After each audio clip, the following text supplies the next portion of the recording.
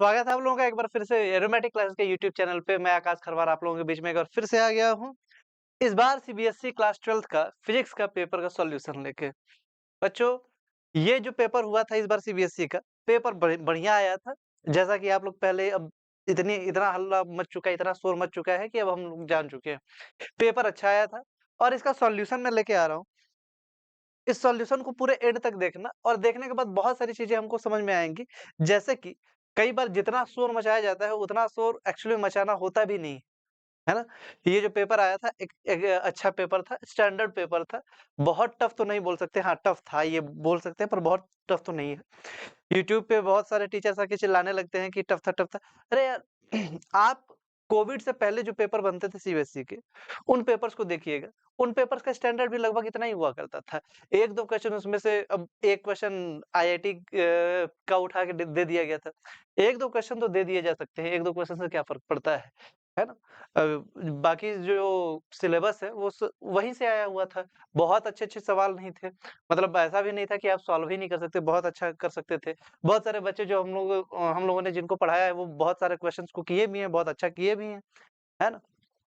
लेकिन ये पेपर जो था, ये बार-बार चलते हुए जो पैटर्न आ रहा है ना, आदत लग चुकी है कोविड के बाद से सस्ते एग्ज़ाम की, आसान एग्ज़ाम की, उस पैटर्न को तोड़ने के लिए ज़रूरी था और सही भी था।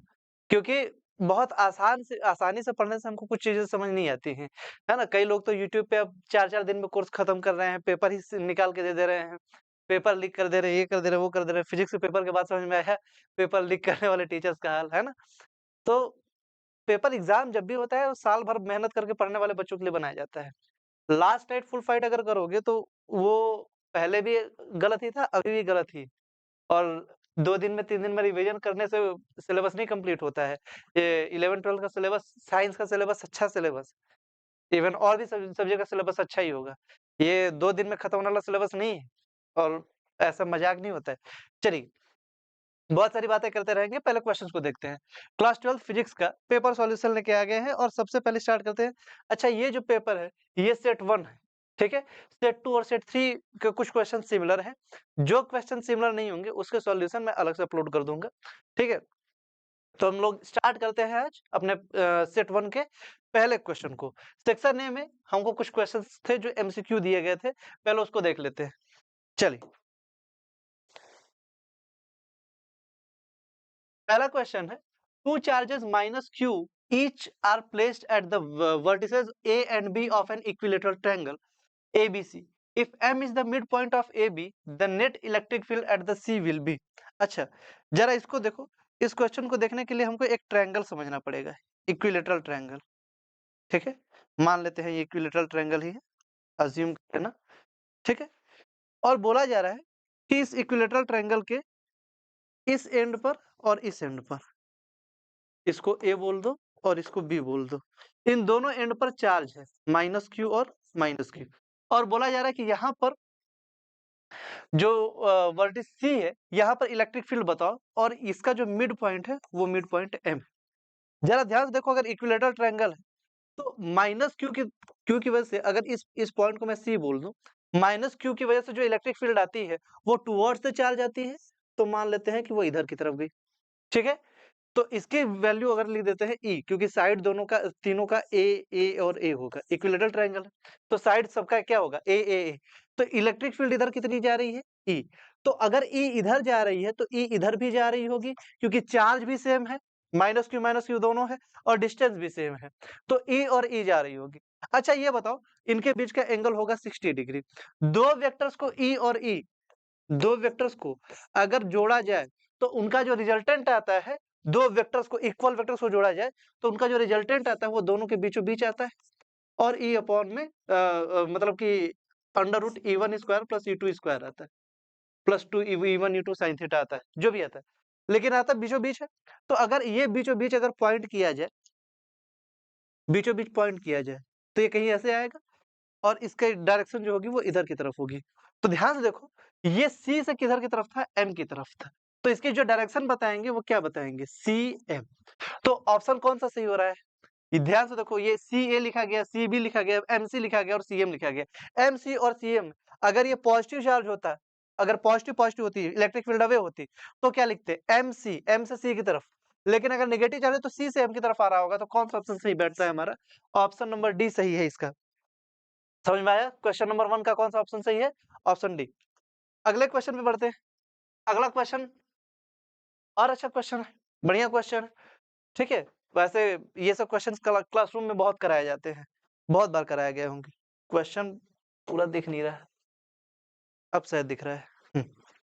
देखो, बोला गया है a student has 3 registers, each of resistance R to obtain a resistance of 2/3 R. ध्यान देखो, आर की वैल्यू हमको कितनी दी गई है? आर इक्विवेलेंट पहले से दिया गया है कि हमको 2/3 आर चाहिए, ठीक है? She should connect all 3 resistances in series. पहले बताओ, आर आर आर तीनों सीरीज में है, आर आर आर तीनों सीरीज में है।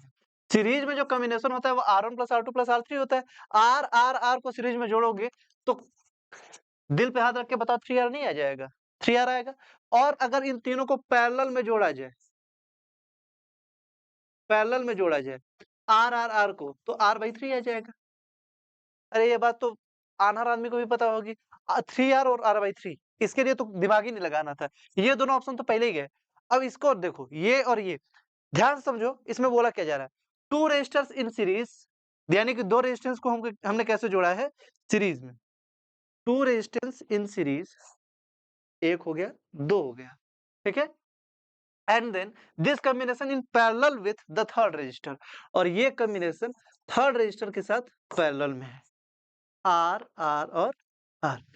अब जरा इसको देखो, चौथा ऑप्शन क्या कह रहा है? 2 register in parallel with parallel and then this combination of in series with the third register. तो 2 रेजिस्टेंस को पैरेलल में जोड़ा गया है और ये दोनों को फिर बाद में सीरीज में जोड़ा गया है, आर आर और आर। अब बोला गया है कि इन दोनों में से कौन सा 2R/3 देगा? ये दोनों तो पहले ही गलत हो चुके हैं। ध्यान से देखो, R और R सीरीज में है तो क्या हो जाएगा? 2R।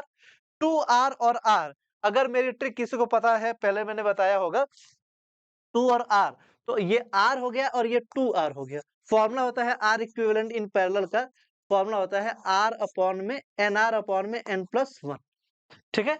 फॉर्मूला होता है, अगर ना चाहो तो 1/R1 प्लस 1/R2 से भी कर सकते हो। अगर ये फॉर्मूला मेरा वाला ना पता हो तो 1/R1 प्लस 1/R2 से भी कर सकते हो। तो ध्यान रखो, ये R ये 2R है, तो N की वैल्यू 2 है, तो यहाँ पे हो जाएगा 2R अपॉन में N+1 यानी 2+1, तो हो जाएगा 3। तो R इक्विवेलेंट इसका कितना आ रहा है? 2R/3। यहाँ पर देखो, R और R सीरीज पैरेलल में जोड़ोगे तो क्या हो जाएगा? R और R पैरेलल में जोड़ते ही R/2 हो जाएगा। R/2 प्लस R जोड़ोगे तो ये R इंटू 2 करोगे तो 2R हो जाएगा, 2R प्लस R करोगे तो 3R हो जाएगा, तो 3R/2 आएगा। तो इसका आंसर 2R/3 आया, उसका आंसर 3R/2 आया है। बोला हमसे कितना गया था? 2/3R। तो कौन सा ऑप्शन सही हो रहा है? 2/3R ऑप्शन सी वाले कॉम्बिनेशन में सही हो रहा था। तो इस क्वेश्चन का क्वेश्चन नंबर 2 का कौन सा ऑप्शन सही है? Option number 3। आगे बढ़ते हैं, अगले क्वेश्चन को देखते हैं। ये क्वेश्चन भी बहुत बेसिक सा क्वेश्चन था, ठीक है? बस हम एग्जाम में बैठे होते हैं ना, तो हम बहुत पैनिक सिचुएशन में होते हैं। हमको जो सिंपल चीजें होती हैं वो भी लगता है कि क्या बड़ा अजीब सा आ गया, पर सिंपल क्वेश्चन था, ठीक है? देखो, इस क्वेश्चन में बोला गया है a 1 centimeter straight segment of a conductor carrying 1 ampere current in x direction lies symmetrically at a origin of Cartesian coordinates system. The magnetic field due to this segment at point 1 meter, 1 meter and 0 meter. पहले ध्यान से देखना कि यहाँ पर हमको जो length दी गई है वो 1 सेंटीमीटर दी गई है और कोऑर्डिनेट्स जो दिए गए 1 मीटर 1 मीटर दिए गए, ठीक है? अब इसको मैं जरा बनाता हूँ।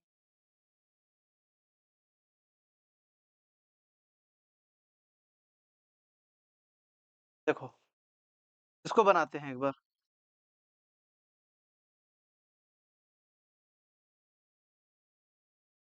ये रहे अपने एक्स वाई और जेड कोऑर्डिनेट्स, ये x, ये y और ये z, ठीक है?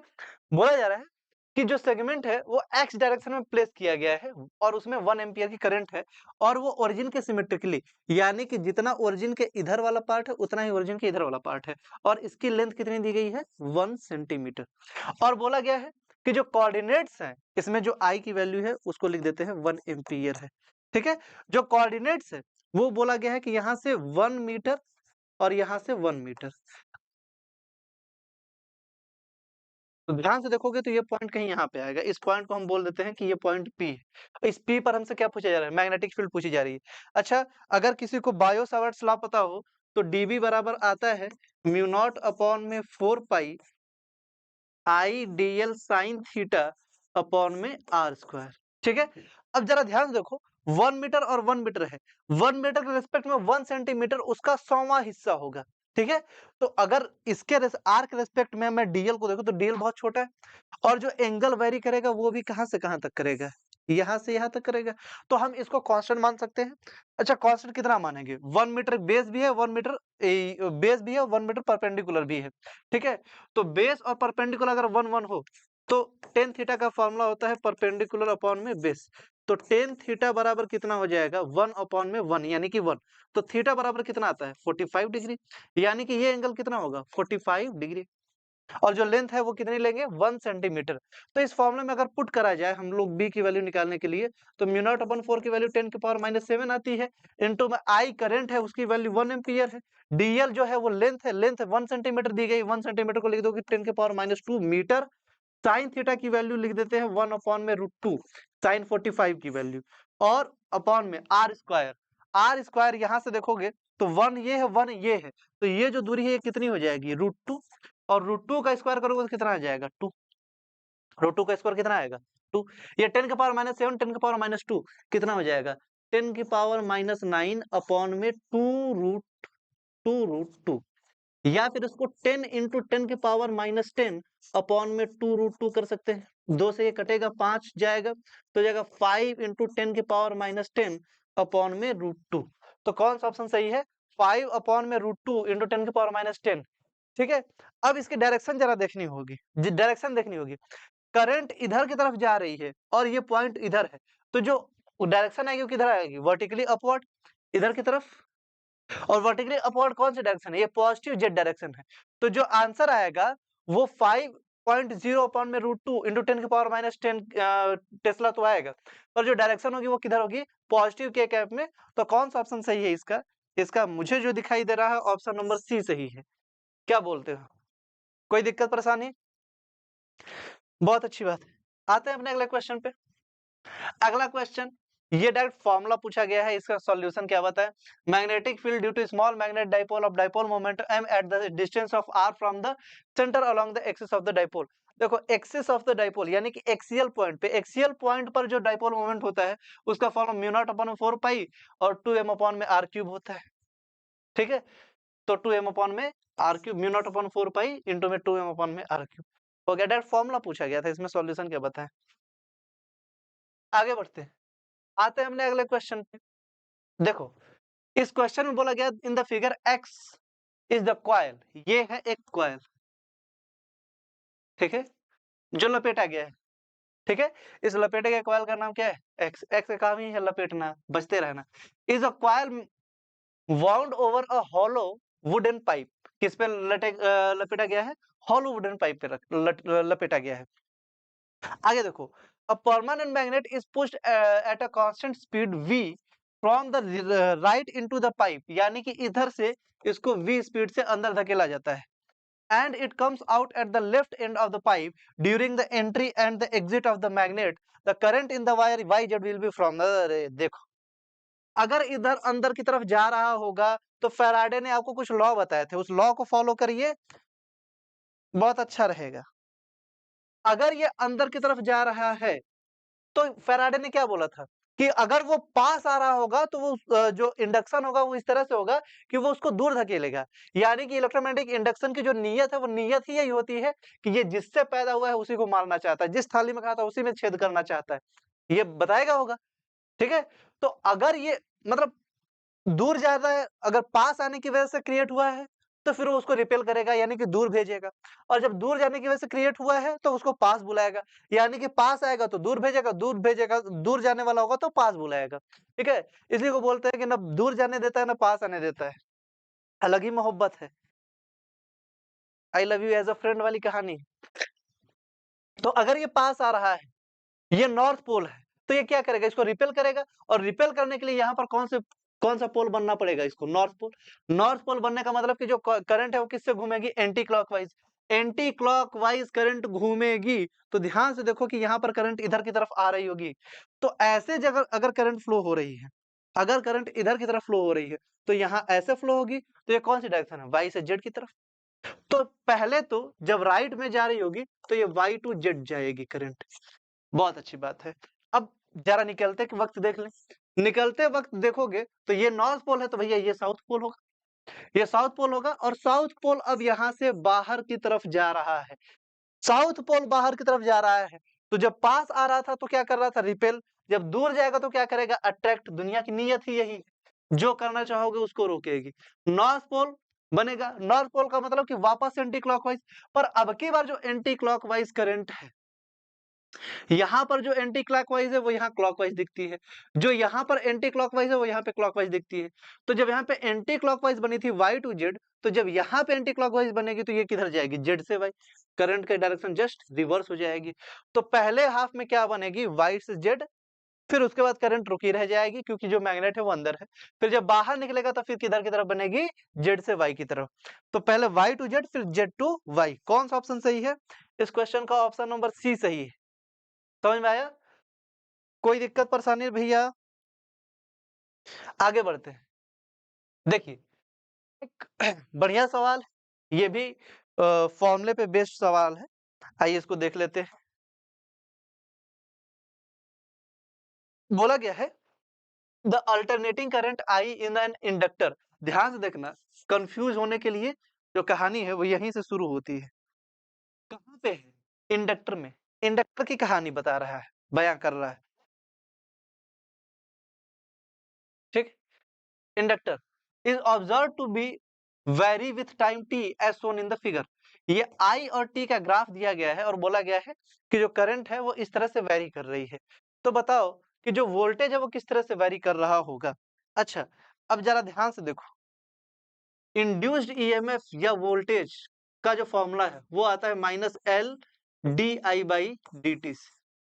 ठीक है, एल को कांस्टेंट भी मान लो तो E is proportional to D I by D T. ठीक है, अब ध्यान से समझो। D I by D T, ये आई और टी जो है, अगर इसका स्लोप देखूं मैं, एम बराबर क्या होता है? Tan theta. और टेन थीटा बराबर क्या होता है? Perpendicular upon base. तो परपेंडिकुलर आ जाएगा डेल्टा आई और अपॉन में जो बेस आ जाएगा वो आ जाएगा डेल्टा टी। यानी कि ये जो कर्व है इसका जो स्लोप है वही ईएमएफ है। तो ध्यान से देखो, पहले इसका स्लोप इंक्रीज हो रहा था कांस्टेंट रेट से, यानी कि स्लोप कांस्टेंट था। अगर स्लोप कांस्टेंट है तो ईएमएफ भी कांस्टेंट है। और देखो रीड करने का तरीका, ग्राफ यहां से देखो, अगर थीटा को, तो क्या ये थीटा 90 से कम है? बोलो यार, ये थीटा कैसा है? 90 से कम। Theta is less than 90 degree. तो फिर जो ग्राफ जो वैल्यू आएगी वो क्या आएगी? पॉजिटिव। ठीक है, तो पहले हाफ में यहां तक t/2 तक ईएमएफ कांस्टेंट था और पॉजिटिव था।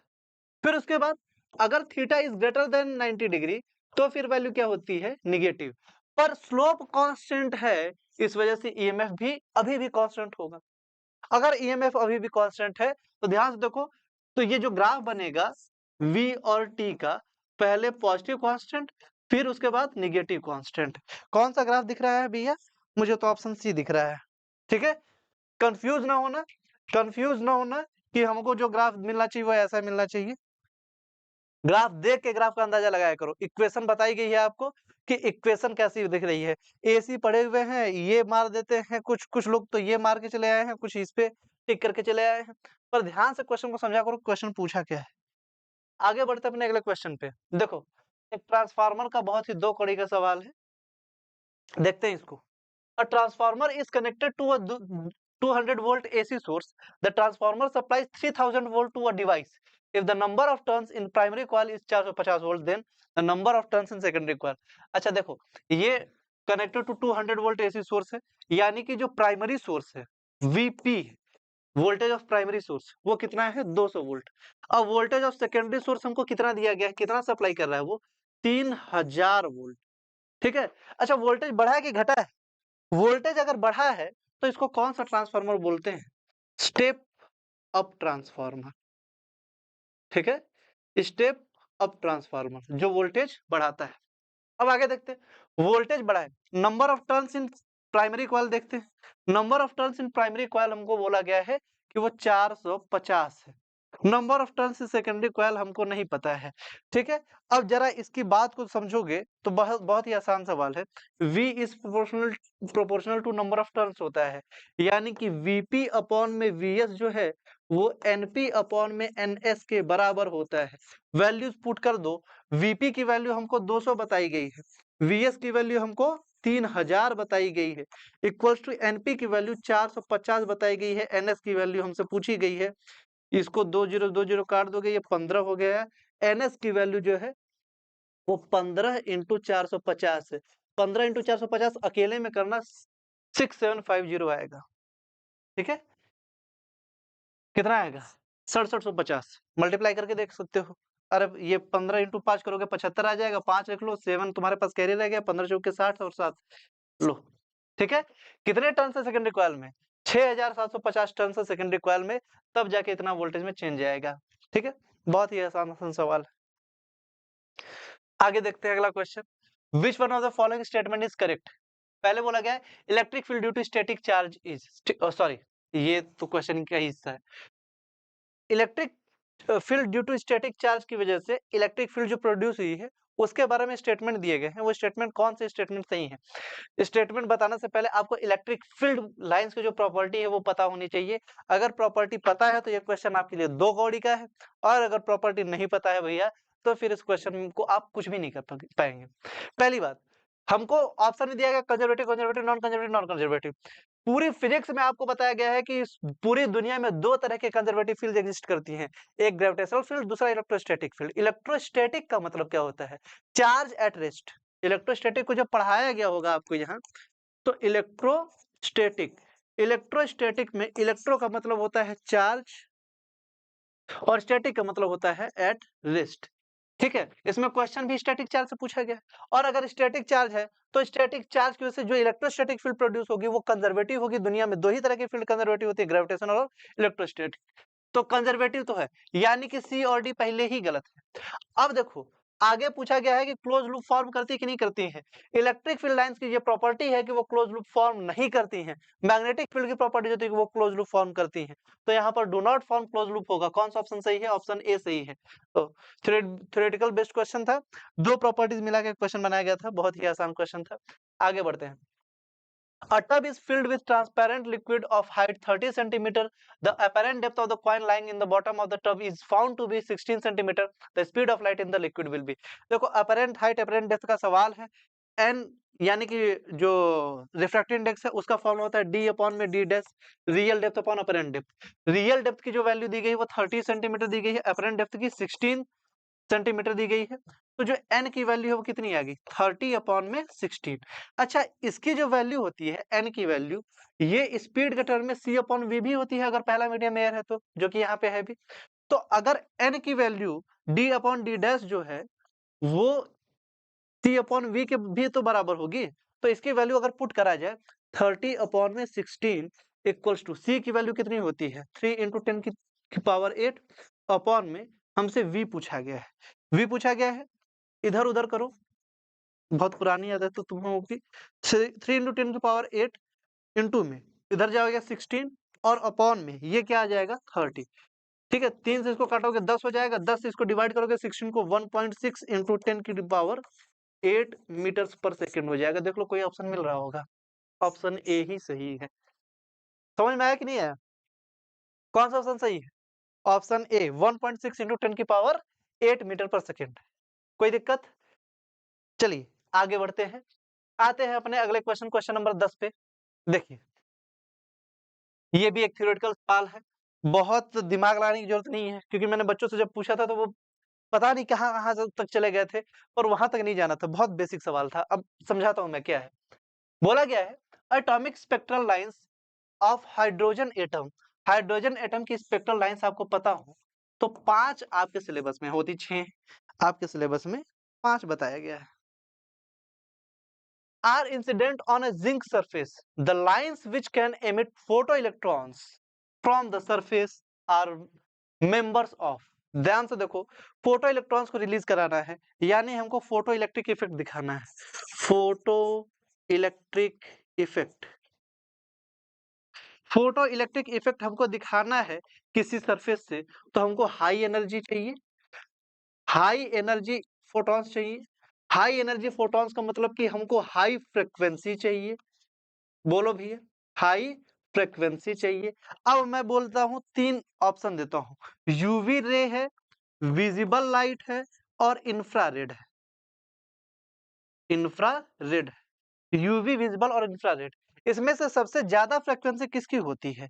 अगर आपको पता है तो ये यूवी की होती है। अगर सबसे ज्यादा फ्रिक्वेंसी उसकी होती है तो सबसे ज्यादा एनर्जी भी उसकी होती होगी, ठीक है। और अगर सबसे ज्यादा एनर्जी है तो हमको ये एमिशन कराने के लिए, फोटो इलेक्ट्रिक एमिशन कराने के लिए उसी को यूज करना चाहिए, तो इसी को यूज करेंगे। अब हमारे पास इतने सारे ऑप्शन दिए गए हैं, इतने सारे ऑप्शन में जो भी लाइट यूवी रेडिएशन एमिट करती है वही ऑप्शन होगा, ठीक है। अब इसमें हमको लाइमन, बॉल्मर, पास्चन, ब्रैकेट, फर्न ऐसे सीरीज मिलती है। इसमें से जो लाइमन होता है ये यूवी रेडिएशन एमिट करता है। बाल्मर जो होता है वो विजिबल करता है, और ये बाकी की जो तीनों है ये इंफ्रारेड करती हैं। हमको कौन सा चुनना था? जो यूवी करता है। यूवी कौन करता है? लाइमन करता है। ऑप्शन सी सही है, ठीक है। बेसिक कॉन्सेप्ट पे सवाल है, आगे बढ़ते हैं, अपने अगले क्वेश्चन को देखते हैं। देखो क्या बोला गया क्वेश्चन नंबर 11 में, the energy of an electron in hydrogen atom is ground atom in ground state is minus 13.6 electron volt. Its energy in an orbit corresponding to quantum number n is 0.544 electron volt. The value of n is, देखो हमसे कोई question पूछा गया है, अगर इसका formula पता हो आप लोगों को तो फॉर्मूला नोट करिए। Energy of electron in nth orbit का फॉर्मूला होता है -13.6 अपॉन में n square, where n is the number of orbit, ठीक है। ये एटम वाले चैप्टर में आपको पढ़ाया गया। E इक्वल टू -13.6 अपॉन में n स्क्वायर, इसकी वैल्यू इलेक्ट्रॉन वोल्ट में होती है। तो यहां से अगर n स्क्वायर की वैल्यू देखें तो -13.6 अपॉन में E नहीं हो जाएगी। अब -13.6 इलेक्ट्रॉन की, जो इलेक्ट्रॉन की एनर्जी है वो हमको दी गई -0.44 इलेक्ट्रॉन वोल्ट। तो जरा पुट किया जाए इस वैल्यू को, -13.6 अपॉन में -0.544, जरा काट पीट के देखोगे ना तो इसका जो आंसर आता है वो 25 आता है, यानी n स्क्वायर की वैल्यू 25 है। तो यहाँ से n की वैल्यू क्या आ जाएगी? 5। दोनों साइड का अंडर रूट ले लो, क्या आ जाएगी? 5। तो कौन सा ऑर्बिट में है? 5वें ऑर्बिट में है। कौन सा ऑप्शन सही है? चौथा ऑप्शन सही है। समझ में आया? किस ऑप्शन में किस ऑर्बिट में होगा? 5th ऑर्बिट में। आगे देखते हैं, when the resistance measured between p and n ends of the pn junction, ये सेमीकंडक्टर से सवाल है, बहुत बेसिक सा सवाल है। ये मतलब कि चैप्टर हम लोग पढ़ाना स्टार्ट करते हैं तो चैप्टर पढ़ाते वक्त ही हम शुरू में यही बातें बताते रहते हैं पीएन जंक्शन डायोड के बारे में। पीएन जंक्शन है, डायोड इज हाई, ठीक है, यानी कि जो रेजिस्टेंस है उसका हाई है। It can act as an, ध्यान से देखो, अगर पीएन जंक्शन को जोड़ा गया है और इसका रेजिस्टेंस बहुत हाई है तो इसको समझ लो कि रिवर्स बायस में जोड़ा गया होगा, और रिवर्स बायस में ये करंट को लगभग जीरो ही कंडक्ट करता है, यानी करंट कंडक्ट नहीं होती है। और अगर करंट कंडक्ट नहीं हो रही है तो ये किस तरह से एक्ट कर रहा होगा? As a switch. किस तरह से एक्ट कर रहा होगा? एज अ स्विच, स्विच की तरह एक्ट कर रहा होगा। समझ में आया? आगे देखते हैं अगले क्वेश्चन को। क्वेश्चन नंबर 13 टू 16 जो क्वेश्चन है ये असर्शन रीजन क्वेश्चन है। पहले देख लेते हैं, अगर ए और आर एक दूसरे का करेक्ट एक्सप्लेनेशन है तो पहला ऑप्शन सही, ठीक है। ए और आर दोनों ट्रू हैं लेकिन दोनों एक दूसरे के करेक्ट एक्सप्लेनेशन सही नहीं है, तो फिर ये ऑप्शन बी होगा। If assertion is true but reason is false, assertion सही हो रीजन गलत हो तो ऑप्शन सी सही है, और दोनों के दोनों अगर गलत हो तो ऑप्शन डी सही है। अब जरा हम क्वेश्चन को देखते हैं, क्वेश्चन नंबर 13 को देखते हैं। In a semiconductor diode the thickness of depletion layer is not fixed, ठीक है। थिकनेस ऑफ डिप्लीशन लेयर जो होता है वो फिक्स नहीं होता है। अगर आपने थोड़ा बहुत सेमीकंडक्टर के बारे में पढ़ा हो तो ये बिल्कुल सही बात है। ठीक है। अब देखते हैं अपने दूसरे क्वेश्चन जो रीजन है वो क्या कहता है। Thickness of depletion layer in a semiconductor device depends upon the many factors such as biasing of the semiconductor. क्या बात का है, बिल्कुल सही बात है, बिल्कुल सही बात है भैया। अगर हम फॉरवर्ड बायस में जोड़ते हैं तो डिप्लीशन लेयर की जो वैल्यू है वो कम होती है, जब रिवर्स बायस में जोड़ते हैं तो डिप्लीशन लेयर की वैल्यू बढ़ जाती है, उसकी थिकनेस बढ़ जाती है। तो ये बायसिंग पे तो डिपेंड करता ही करता है, बहुत सारे फैक्टर पे डिपेंड करता है कि कितना उसमें जो डोपिंग की गई वो कितनी की गई है, कैसी की गई है, बहुत सारे फैक्टर्स पे डिपेंड करता है। तो वो फिक्स नहीं है, और अगर वो फिक्स नहीं है, ए सही है, आर भी सही है, और आर ही करेक्ट एक्सप्लेनेशन है ए का, तो इसका जो सही आंसर होगा वो क्या होगा, ए। जिसका सही आंसर क्या है, A. Assertion and reason both are true and reason is correct explanation of A. आगे देखते हैं। In Bohr model of hydrogen atom, the angular momentum of an electron in nth orbit is proportional to the square root of its orbital. अभी बताए थे angular momentum L जो होता है वो प्रोपोर्शनल होता है one upon under root iron के। ठीक है, ये बात तो सही है, असर्शन सही है। According to Bohr's model electron can jump to its nearest orbit only. ये बात तो गलत है भैया, रीजन गलत। ये कहीं पे भी जा सकता है। ठीक है, डिपेंड करता है कि जितना एनर्जी का गैप है उतनी एनर्जी उसको मिलनी चाहिए। दो ऑर्बिटल्स के बीच में जो एनर्जी का गैप है, अगर उतनी एनर्जी मिल गई है जितनी एनर्जी रिक्वायर्ड है, तो किसी ऑर्बिट में जा सकता है। इवन वो पूरे ऑर्बिट्स को छोड़ के एटम के बाहर भी जा सकता है। तो ये तो सरासर गलत है। तो assertion is true, reason is false. कौन सा ऑप्शन था, ऑप्शन नंबर सी सही होगा इसका। ठीक है, आगे बढ़ते हैं, अगले क्वेश्चन को देखते हैं। Assertion and reason. अगला असर्शन पढ़ते हैं। Out of infrared and radio waves, the radio waves show the more diffraction effect. ठीक है, अच्छा डायफ्रैक्शन का फॉर्मूला पता हो तो प्रोपोर्शनल होता है लेमडा, ठीक है, अपॉन में डी, इंटू में डी आता है, प्रोपोर्शनल होता है लेमडा के। यानी कि जिसकी वेवलेंथ ज्यादा होगी उसका डायफ्रैक्शन ज्यादा होगा। और अगर वेवलेंथ ज्यादा डायफ्रैक्शन ज्यादा, तो इंफ्रारेड और रेडियो वेव में रेडियो वेव की वेवलेंथ ज्यादा होती है, तो उसका डायफ्रैक्शन भी ज्यादा होगा, यानी कि असर्शन सही है। अगर वेवलेंथ ज्यादा है तो जो फ्रीक्वेंसी है वो कम होगी, यानी रेडियो वेव की फ्रीक्वेंसी इंफ्रारेड से कम होगी। और इस स्टेटमेंट को जरा पढ़ो, रेडियो वेव है ग्रेटर फ्रीक्वेंसी। अभी बात हुई कि उसकी फ्रीक्वेंसी क्या होनी चाहिए, कम, यहाँ पर लिखा गया है ज्यादा, यानी कि रीजन इज गलत। तो assertion is true, reason is false. Option कौन सा सही होगा, C. Assertion is true, reason is false, option C. आगे देखते हैं, क्वेश्चन नंबर 16 पे आते हैं। In an ideal step down transformer the electrical energy is not lost. बहुत सही बात है। अगर आइडियल स्टेप डाउन ट्रांसफार्मर है तो जो पावर होता है, नेट पावर, वो कांस्टेंट रहता है। ठीक है, कांस्टेंट रहता है, तो पावर कांस्टेंट होता है तो एनर्जी भी कांस्टेंट रहती है, वो लॉस नहीं होती। In step down transformer voltage decreases but the current increases. ठीक है, अच्छा पावर का फॉर्मूला वी आई है, V I equal to constant, यानी कि वी प्रोपोर्शनल टू 1/i हो जाएगा। ठीक है, तो अगर वोल्टेज घट रहा है तो करंट बढ़ेगी। स्टेप डाउन ट्रांसफार्मर में वोल्टेज घटता है, अगर वोल्टेज घटा है तो करंट इंक्रीज हुई होगी। यानी कि असर्शन तो सही है, रीजन भी सही है, और reason is the correct explanation of A. तो कौन सा ऑप्शन सही होगा, ए। समझ में आया कि नहीं आया। क्वेश्चन नंबर 16 का कौन सा ऑप्शन सही था, ऑप्शन ए सही था। बढ़ते हैं सेक्शन बी के क्वेश्चंस की तरफ। सेक्शन ए के क्वेश्चन समाप्त हो गए, सेक्शन बी के क्वेश्चंस की तरफ आते हैं। सेक्शन बी मुझे लगता है 2-2 नंबर के क्वेश्चन है। पहले देखो, क्वेश्चन नंबर 17 का ए पार्ट बोला गया है, to wires of the same material and the same radius have their length in the ratio 2:3। ठीक है, यानी कि मटेरियल भी सेम है, रेडियस भी सेम है। आर का फॉर्मूला होता है रो एल अपॉन में ए। ठीक है, तो अगर R1 अपॉन R2 का रेशियो देखा जाए तो रो L1 अपॉन में ए अपॉन में रो L2 अपॉन में ए होगा। रो से रो, ए से ए कट जाए, यानी कि ये L1 अपॉन में L2 है, जो कि 2 अपॉन में 3 है। यानी कि जो R1 और R2 का रेशियो है वही L1 और L2 का रेशियो वही 2/3 है।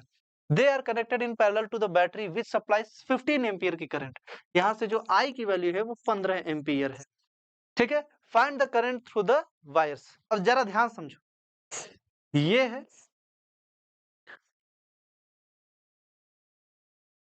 R1 और ये है R2। ठीक है, R1 और R2 का जो रेशियो है वो कितना है, 2:3 है। ठीक है, तो अगर ये 2 है तो ये 3 होगा। यहां से 15 एम्पियर की करंट जा रही है, 15 एम्पियर की करंट जाएगी, तो जो I होता है वो इनवर्सली प्रोपोर्शनल टू R होता है, इनवर्सली प्रोपोर्शनल टू R। तो ये जब जाएगी तो ये डिवाइड होगी 3:2 की रेशियो में, ये 2:3 है, तो जो I1/I2 होगा, I1:I2 होगा, वो कैसे होगा 3:2 की रेशियो में डिवाइड होगी। अब I1 और I2 की वैल्यू पूछा गया है। ध्यान से देखो, I1 की वैल्यू जब हम निकालेंगे तो यहाँ से इसका रेशियो कितना दिया गया है 3/3 + 2 कर दोगे तो ये कितना आएगा 5। ध्यान समझो, I1 में I1 + I2 इंटू में I करना पड़ता है, ठीक है। ये कोई फिजिक्स का फॉर्मूला नहीं है, ये सिंपल जो यूनिटरी मेथड्स के क्वेश्चन होते हैं या बेसिक जो क्वेश्चन होते हैं, यूनिटरी मेथड हो गया, फ्रैक्शन हो गया, उसके क्वेश्चन है। 3/5 इंटू में जो करंट है वो कितनी दी गई है 15 एम्पियर। तो 15 से इसको काटोगे 5 और 15 को डिवाइड करोगे 3 आएगा, 3 × 3 करोगे तो कितना आ जाएगा 6 एम्पियर। 15 एम्पियर में 6 एम्पियर, 1 मिनट, 9 आएगा, सॉरी 3 × 3 9 होता है भैया, 9 एम्पियर। इसमें 9 एम्पियर जो करंट है वो यहीं पे जा रही है। टोटल कितनी थी 15 एम्पियर, तो यहाँ पे कितनी बचेगी 15 - 9 एम्पियर, यानी कि 6 एम्पियर, ठीक है। तो ऊपर जो करंट जाएगी वो 9 एम्पियर जाएगी, नीचे जो करंट जाएगी वो कितनी जाएगी 6 एम्पियर, ठीक है। तो दोनों वायर में हमको करंट पता चल गया। अब आते हैं अपने अगले क्वेश्चन पे, ठीक है। तो हम इसका क्वेश्चन नंबर 17 का पार्ट बी देखते हैं। देखो पार्ट बी में जो क्वेश्चन दिया गया है, 1 मिनट, पार्ट बी में जो क्वेश्चन दिया गया और में करके क्वेश्चन दिया गया है, ये क्वेश्चन एक बार जेईई एडवांस में भी आ चुका है, तो इसीलिए हल्ला चिल्ली मचा रहे थे लोग कि एडवांस पेपर आ गया, एडवांस का, लेकिन और में क्वेश्चन दिया गया भैया, ठीक है। बहुत हल्ला चिल्ली मचाने की जरूरत नहीं है, और क्वेश्चन को थोड़ा कॉन्सेप्ट वाइज कर भी लेते हैं, कोई दिक्कत वाली बात नहीं है। ध्यान समझो, यहाँ पर जितने भी सोर्सेज लगे हुए हैं ये सब सोर्सेज कैसे हैं, एसी है कि डीसी, सारे के सारे सोर्सेज डीसी हैं। और अगर डीसी सोर्स ही बैटरी में कनेक्ट मतलब सर्किट में कनेक्टेड है और स्टेडी स्टेट अचीव हो चुकी है, जो कि हमको बताया गया है, अगर ऐसा है तो ये जो कैपेसिटर है ये एक्ट करता है as a open circuit, as a open circuit, यानी कि इस ब्रांच से I = 0 होगा। अब जरा पढ़ते हैं कि क्वेश्चन पूछा गया है, in the circuit 3 ideal cells EMF V and 2V, V और 2V डायग्राम में दिया गया है, are connected to a resistance R, a capacitor of capacitance C and another resistance of resistance 2R, इसका रेजिस्टेंस R, इसका resistance 2R है, ठीक है। In the steady state if the potential difference between P and Q, sorry पहले पूछा गया है P and Q के बीच का पोटेंशियल डिफरेंस, दूसरा potential difference across the capacitor. तो कैपेसिटर के अक्रॉस पोटेंशियल डिफरेंस पूछा गया है C के अक्रॉस, और फिर P और Q के अक्रॉस भी पोटेंशियल डिफरेंस पूछा गया है, ठीक है। तो चलो देखते हैं जरा P एंड Q के अक्रॉस पोटेंशियल डिफरेंस निकालते हैं। अगर ये ओपन सर्किट की तरह एक्ट कर रहा है तो P और Q के पास उतना वोल्टेज ही बचा होगा जितना R के ऊपर ड्रॉप होना बाकी है। अब जरा देखते हैं, ये V और ये 2V, देखो ध्यान से अगर देखोगे तो ये सब सारी की सारी एक ही डायरेक्शन में करंट को रन कराना चाहती हैं, और सेम डायरेक्शन में करंट को रन कराना चाहती हैं, तो जो वोल्टेज होता है V नेट जो होता है उसको हम जोड़ते हैं V1 + V2 + V3 से। तो जोड़ोगे तो V + V + 2V होगा, तो हमारे पास आंसर आ जाएगा पोटेंशियल का कितना 4V। और जो रेजिस्टेंस बचा है, अब जरा ध्यान से देखोगे तो ये ओपन सर्किट है, तो ये R और R कैसे आ गया, R और R आ गया हमारा सीरीज में, तो R प्लस सीरीज में कॉम्बिनेशन होता है R1 + R2, यानी कि R + 2R, यानी कि कितना हुआ 3R। तो इसमें जो करंट फ्लो कर रही होगी वो कितना होगा डेल्टा V अपॉन में डेल्टा R। तो डेल्टा V यानी टोटल वोल्टेज कितना है 4 वोल्ट, और अपॉन टोटल डेल्टा R की वैल्यू क्या है 3R, ठीक है।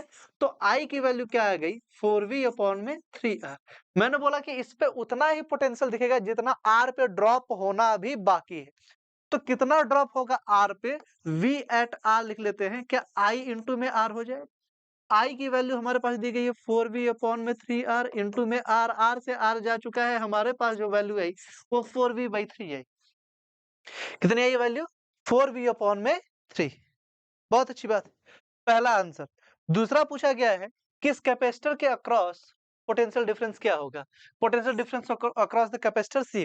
कैपेसिटर सी के अक्रॉस जो पोटेंशियल डिफरेंस होगा वो पोटेंशियल डिफरेंस ये होगा जो 2R के पास अभी जाना है, ठीक है। तो इसकी वैल्यू यहां से डायरेक्ट मिलती है कि 2V आएगी। तो पहला का जो आंसर है वो 4V/3 आता है, दूसरे का जो आंसर है वो 2V आता है। अब चलते हैं अपने अगले क्वेश्चन पे। देखो अगला क्वेश्चन क्या कहता है, इन अ डबल स्लिट एक्सपेरिमेंट, बहुत अच्छा क्वेश्चन है, बढ़िया क्वेश्चन है, मैं बोलूंगा, ठीक है, क्योंकि कॉन्सेप्ट इसमें बहुत अच्छा अप्लाई किया जाता है। In a double slit experiment, six dark fringe is observed at a certain point of the screen. A transparent sheet of thickness T and refractive index N is now introduced in the path of one of the two interfering waves to increase its phase by 2 pi n minus 1 T upon में lambda. ध्यान समझो, हुआ क्या इस question में? इस question में हमको डबल स्लिट एक्सपेरिमेंट हम लोग कर रहे थे, ठीक है? यहाँ पे सोर्स था, ये स्लिट S1 है, ये स्लिट S2 है, और यहाँ पर कहीं पर सिक्स्थ ब्राइट फ्रिंज बन रही थी, सिक्स्थ डार्क फ्रिंज बन रही थी, सिक्स्थ डार्क फ्रिंज बन रही थी, ठीक है। तो ऐसे ऐसे जा रहा होगा, यहाँ पर कुछ इंटरफेरेंस हो रहा होगा। बोला गया कि दोनों में से कहीं एक पर हमने टी थिकनेस की एक सीट लगा दी, ठीक है, और जिसका रिफ्रैक्टिव इंडेक्स n है। इसकी वजह से जहां पर सिक्स्थ ब्राइट फ्रिंज बन रहा था, वहां पर अब बन रहा है सिक्स्थ डार्क की जगह अब बन रहा है एथ डार्क फ्रिंज, और एट्थ डार्क फ्रिंज बना है जब two interfering wave increases phase by 2 pi n minus 1 t into में लेमडा, यानी कि जो फेज में चेंज हुआ है, चेंज इन फेज है, वो हमको दिया गया है 2 पाई ब्रैकेट में n माइनस 1 इंटू में t अपॉन में लेमडा, ये हमको दिया गया है, ठीक है। अच्छा, the pattern is shifted to eighth bright fringe is observed at the same point. Find the relation of thickness T. तो हमको thickness T की जो वैल्यू है वो पूछी गई है in terms of n and lambda, कि n और lambda के टर्म्स में हमको T की वैल्यू बताओ, थिकनेस की वैल्यू बताओ। अगर कहीं पर 6 की जगह 8th ब्राइट फ्रिंज बन रही है, तो इसका मतलब है कि इनके बीच का जो पाथ डिफरेंस है, जो पाथ डिफरेंस है वो 2.5 लेमडा होना चाहिए। पाथ डिफरेंस कितना होना चाहिए? 2.5 लेमडा। 2.5 लेमडा अगर पाथ डिफरेंस है, अगर यहां से देखो तो इस डेल्टा 5 में हमको जो वैल्यू दी गई है डेल्टा एक्स की, पाथ डिफरेंस की, लेमडा को छोड़ दो, 2 पाई n माइनस 1 इंटू में टी दी गई है। कितनी दी गई है? 2 पाई n माइनस 1 इंटू में टी, यानी कि जो पाथ डिफरेंस 2.5 लेमडा होना चाहिए वो इस वैल्यू के बराबर है। तो 2.5 lambda is should be equal to 2 pi bracket में n माइनस 1 इंटू में टी। समझ में आया? तो यहां से अगर टी की वैल्यू देखें तो 2.5 लेमडा अपॉन में 2 पाई ब्रैकेट में n माइनस 1 आएगा। यही थिकनेस हमसे पूछी जा रही थी, ये थिकनेस पूछी जा रही थी, क्या आंसर आएगा? 2.5 लेमडा अपॉन में 2 पाई n माइनस 1। कोई दिक्कत? आगे बढ़ते हैं, अपने अगले सवाल पे देखते हैं कि अगला सवाल क्या दिया गया है। देखो, क्वेश्चन नंबर 19 जो है उसमें बोला गया है कि two concave lenses A and B each of focal length 8 centimeter are arrange coaxially 16 centimeter apart as shown in the figure, ठीक है। तो ये है, इसको लेंस C1 बोल देते हैं, इसको लेंस C2 बोलते हैं, कॉन्केव 1 कॉन्केव 2 बोल देते हैं। An object P is placed at a distance 4 centimetre, ठीक है। यहां से इसकी डिस्टेंस, ये P पॉइंट है, यहां से इसकी डिस्टेंस कितनी है? 4 सेंटीमीटर, ठीक है। दिख ही नहीं रहा है, दूसरे कलर से लिखते हैं, 4 सेंटीमीटर, 4 सेंटीमीटर है।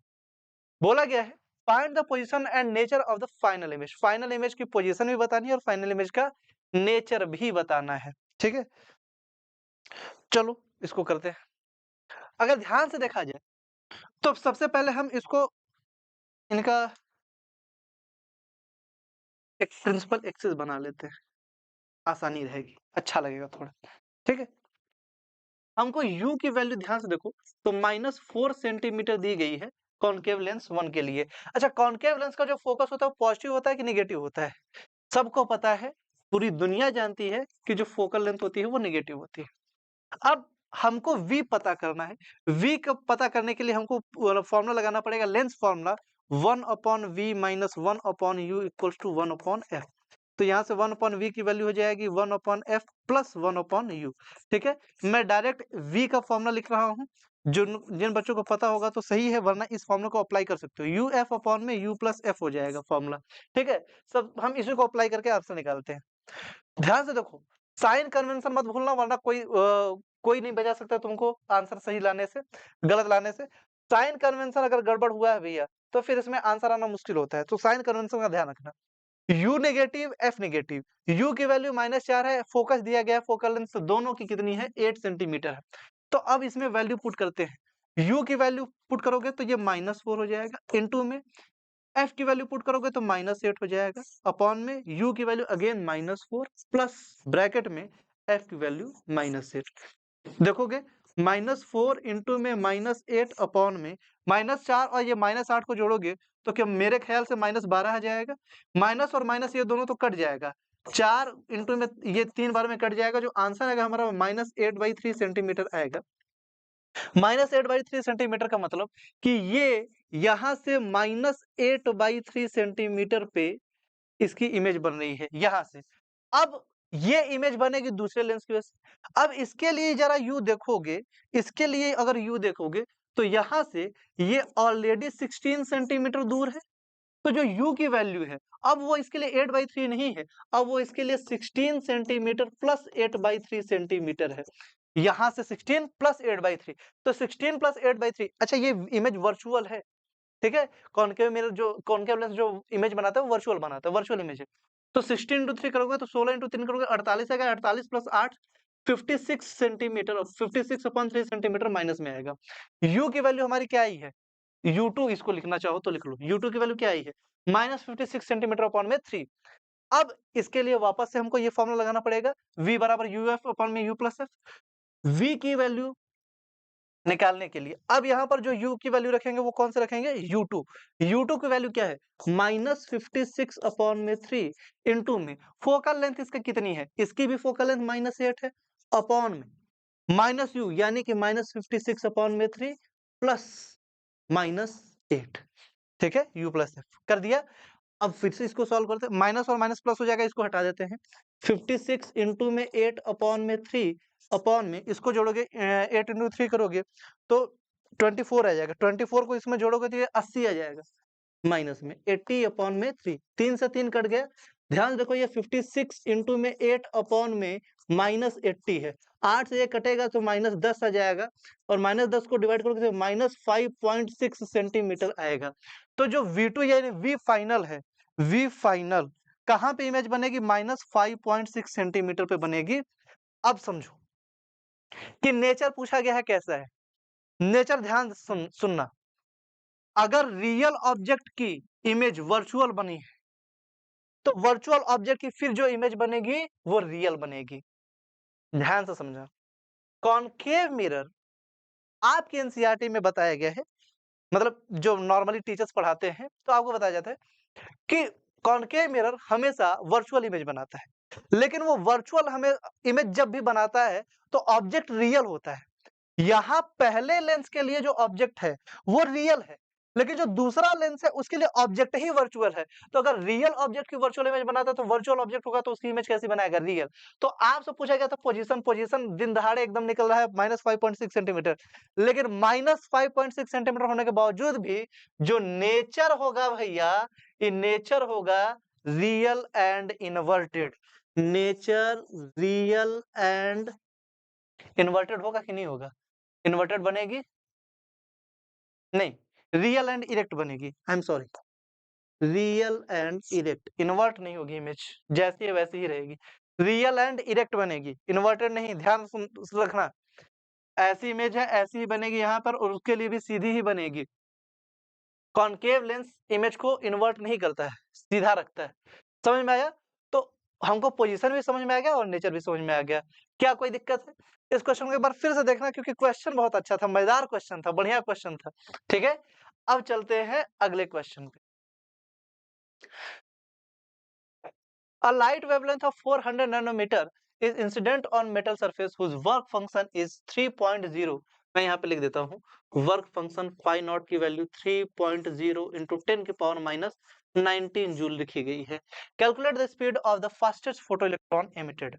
अच्छा, स्पीड पूछा गया है, इसका कॉन्सेप्ट पता होना चाहिए कि हम जो भी एनर्जी देते हैं उस एनर्जी में से कुछ एनर्जी इलेक्ट्रॉन इलेक्ट्रॉन खुद निकलने में लेता है, और जो बची हुई एनर्जी है वो काइनेटिक एनर्जी के फॉर्म में बदल जाती है। ये आइंस्टीन फोटो इलेक्ट्रिक इक्वेशन है। ठीक है, तो यहाँ से हाफ एम वी स्क्वायर बराबर हो जाएगा ई माइनस ई नॉट। ठीक है, ई माइनस ई नॉट हो गया। अब हमको बोला गया कि जो वर्क फंक्शन है उसका वो 3.0 इंटू 10 की पावर माइनस 19 है। तो ई नॉट की वैल्यू यहाँ से हमको पता चल गई 3.0 इंटू 10 की पावर माइनस 19 जूल। अब हमको ये ई की वैल्यू पता करनी है। ई का फॉर्मूला होता है एच सी बाई लेमडा, ठीक है, या एच न्यू भी होता है। हमको यहाँ पर जो वेवलेंथ है उसकी वैल्यू दी गई है 400 नैनोमीटर।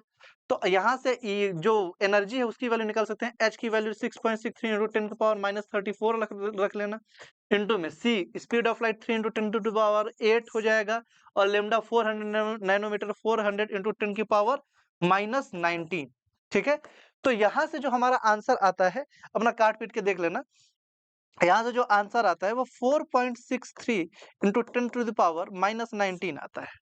ठीक है, यहाँ से हाफ एम वी स्क्वायर की वैल्यू हमको निकालनी है। ई माइनस ई नॉट करोगे, तो ई माइनस ई नॉट करोगे तो 4.63 into 10 power minus 19 minus 3 into 10 to the power minus 19 करोगे, तो ये जो वैल्यू है 1.63 into 10 to the power minus 19 हो जाएगी। ठीक है, अब यहाँ से वी स्क्वायर की वैल्यू निकालोगे तो 2 ऊपर चला जाएगा, 2 into 1.63 into 10 to the power minus 19 upon में मास नीचे आएगा, मास ऑफ इलेक्ट्रॉन होता है 9.1 इंटू 10 की पावर माइनस 31 kg। ठीक है, तो इसको v की वैल्यू निकालने के लिए इस पूरे मामले का रूट लेना पड़ेगा। 2 into 1.63 into 10 to the power minus 19 upon में 9.1 into 10 to the power minus 31। Calculate करने पर जो आंसर आता है वो 6.23 समथिंग इंटू 10 की पावर 5 आता है मीटर्स पर सेकेंड। समझ में आया? तो जो इस क्वेश्चन का जो आंसर था वो कितना था? 6.23 इंटू 10 की पावर 5 मीटर पर सेकेंड। कॉन्सेप्ट समझ में आया? कैलकुलेटिव ये क्वेश्चन बहुत ज्यादा था, आपको इसके कैलकुलेशन को बहुत बारीकी से करना था। ठीक है, इसका अप्रॉक्स आंसर भी आप निकाल देंगे तो अप्रॉक्स आंसर भी सही ही माना जाएगा, लेकिन ध्यान रखना कैलकुलेशन में एरर नहीं होनी चाहिए। अप्रॉक्स आंसर निकालते वक्त अप्रॉक्स ऐसा नहीं होना चाहिए कि आंसर 6 आ रहा है, आपका आंसर 12 आ रहा हो, उसको अप्रॉक्स नहीं मानते हैं। कैलकुलेटिव मतलब बहुत ज्यादा कैलकुलेटिव क्वेश्चन हो तो उसके अप्रॉक्स आंसर निकाल के आप छोड़ सकते हैं। आगे बढ़ते हैं अपने अगले क्वेश्चन पे। बोला गया है the threshold voltage of silicon diode is 0.7 volt. It is operated at this point by connecting the diode in series with a battery V volt and a resistor of 1000 ohm. ठीक है, find the value of V when the current drawn is 15 milliampere. तो I हमको draw करना है 15 milli ampere. ठीक है, voltage of diode हमको दिया गया 0.7 वोल्ट, और वोल्टेज ऑफ रेजिस्टर हमको नहीं पता है, और जो हमसे वोल्टेज पूछा जा रहा है करंट ड्रॉ करते टाइम, वो उसका फॉर्मूला होता है V D plus V R. V D होता है voltage of diode, voltage of diode, plus V R होता है voltage of resistance, voltage of resistor. इसकी वैल्यू तो 0.67 है, इसको हमको कोई दिक्कत नहीं। अब हमको इसकी वैल्यू निकालनी है वोल्टेज ऑफ रेजिस्टर की। वी आर का जो फॉर्मूला होता है वो आई इंटू में आर होता है भैया, वी बराबर आई आर, ओम्स लॉ। आई की वैल्यू हमको दी गई है 15 मिली एम्पियर, यानी 15 into 10 to the power minus 3 ampere, into में आर की वैल्यू दी गई 1000 या 10 के पावर 3 कह लो, 10 के पावर माइनस 10 के पावर 3 गया, जो आंसर बचेगा हमारे पास वो बचेगा 15 वोल्ट। ठीक है, तो 0.7 वोल्ट तो वी डी है था ही था, वी आर की वैल्यू हमारे पास आई है 15 वोल्ट, दोनों को जोड़ोगे तो क्या 15.7 वोल्ट नहीं आएगा? एकांत में कर लेना। आंसर जो आया है वो कितना आया है? 15.7 वोल्ट, 15.7 वोल्ट। ठीक है, अपने अगले क्वेश्चन पे चलते हैं। समझ में आया कि नहीं आया? ठीक है, कोई दिक्कत? आगे बढ़ते हैं। हाँ, सेक्शन सी आता है, 3-3 नंबर के क्वेश्चंस जो है वो आ चुके हैं अब हमारे पास। तो सबसे पहले हम देखते हैं अपने क्वेश्चन नंबर 22 को। A cell of EMF E and internal resistance R is connected with a variable external resistance capital R and a voltmeter showing potential drop V across R. Obtain the relationship between V, E, R and R. ध्यान से देखो, यहाँ पर जो हमको values दी गई हैं, किनके किनके टर्म्स में लाना है, V, E, कैपिटल R और R। ठीक है, जो कैपिटल आर है वो एक्सटर्नल रेजिस्टेंस है, जो स्मॉल आर है वो इंटरनल रेजिस्टेंस है, ये बात आपको शायद पता होगी। फिर उसके बाद एक ग्राफ हमको प्लॉट करने के लिए बोला गया है। सबसे पहले हम रिलेशन फाइंड करने की कोशिश करते हैं। क्या आप लोगों ने I equals to E upon में आर प्लस आर फॉर्मूला सुना है? ये तो डायरेक्ट फॉर्मूला सुना होगा यार, ये फॉर्मूला तो डायरेक्ट सुना होगा। अगर हमको यहाँ से v के टर्म में चाहिए और कैपिटल R के टर्म में चाहिए, तो मेरे पास एक दिमाग आता है कि इधर कैपिटल R इधर कैपिटल R से मल्टीप्लाई कर दो, तो I इंटू R जो है वो v हो जाता है बराबर E अपॉन में R प्लस R इंटू में R हो जाता है, आ गया रिलेशन। ठीक है, v है, E है, R है, R समझ में आया? अब हमसे बोला जाता है एक ग्राफ प्लॉट करने के लिए। अगर ग्राफ आप लोगों ने देखा हो तो बहुत अच्छी बात है, नहीं देखा हो तो आप फिर से देख लीजिए। जो ग्राफ प्लॉट होता है, जो ग्राफ प्लॉट होता है, यहाँ पे v है, यहाँ पे I है। जो ग्राफ प्लॉट होता है वो ऐसे होता है, ठीक है?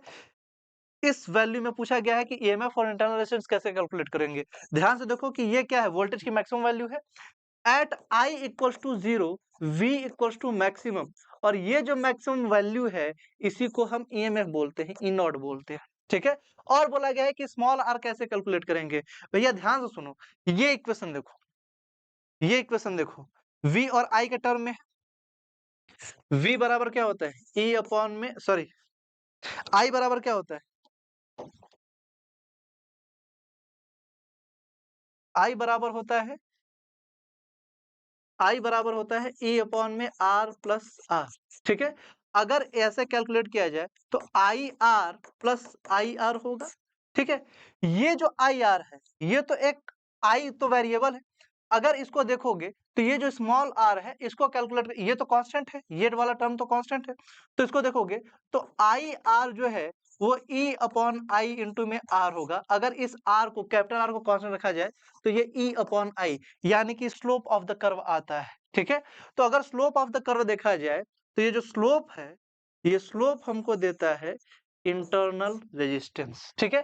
तो हमसे पूछा गया था how one can determine the EMF of the cell and its internal resistance from this graph. तो अगर आपको पूछा जाएगा ईएमएफ, तो ईएमएफ होगा जब आई की वैल्यू 0 होगी तो ईएमएफ मैक्सिमम होगा, ठीक है? और जो स्लोप होगा वो हमको देगा इंटरनल रेजिस्टेंस की वैल्यू, ठीक है? आते हैं अपने अगले क्वेश्चन पे, क्वेश्चन नंबर 23। जरा इसको देखते हैं क्या बोला जा रहा है। 23 क्वेश्चन नंबर में बोला जा रहा है इन अ रीजन, एक minute, in a region of uniform electric field, a negatively charged particle is moving with a constant velocity v vector equals to minus v naught I cap near a long straight conductor coinciding with x dash axis, ठीक है? And carrying current I towards minus x axis. The particle remains at a distance d from the conductor, ठीक है? यानी कि conductor से कितनी दूरी पर रहता है, d दूरी पर रहता है। रिमेन्स यानी कि वो दूरी बदल नहीं रही है, ठीक है? पहली बात बोला गया है draw the diagram showing the direction of electric field and magnetic field, ठीक है? ध्यान से समझो, यूनिफॉर्म इलेक्ट्रिक फील्ड है और जो पार्टिकल है, नेगेटिवली चार्ज पार्टिकल है, वो किधर जा रहा है, माइनस v नॉट की तरफ, ठीक है? और यहाँ पर अगर आपको ड्रॉ करना है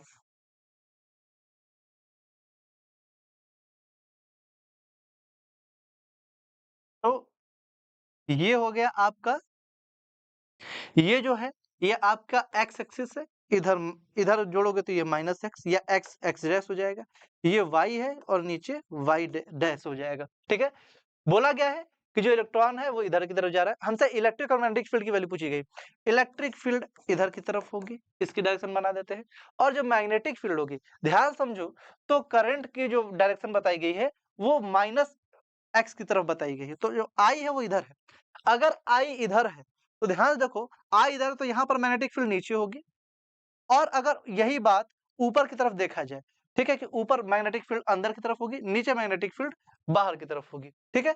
तो ये जो करंट है, ये जो मैग्नेटिक फील्ड है, ये अंदर से बाहर की तरफ आ रही होगी, तो यहाँ पर डॉट डॉट डॉट हमको बना लेना चाहिए, ठीक है?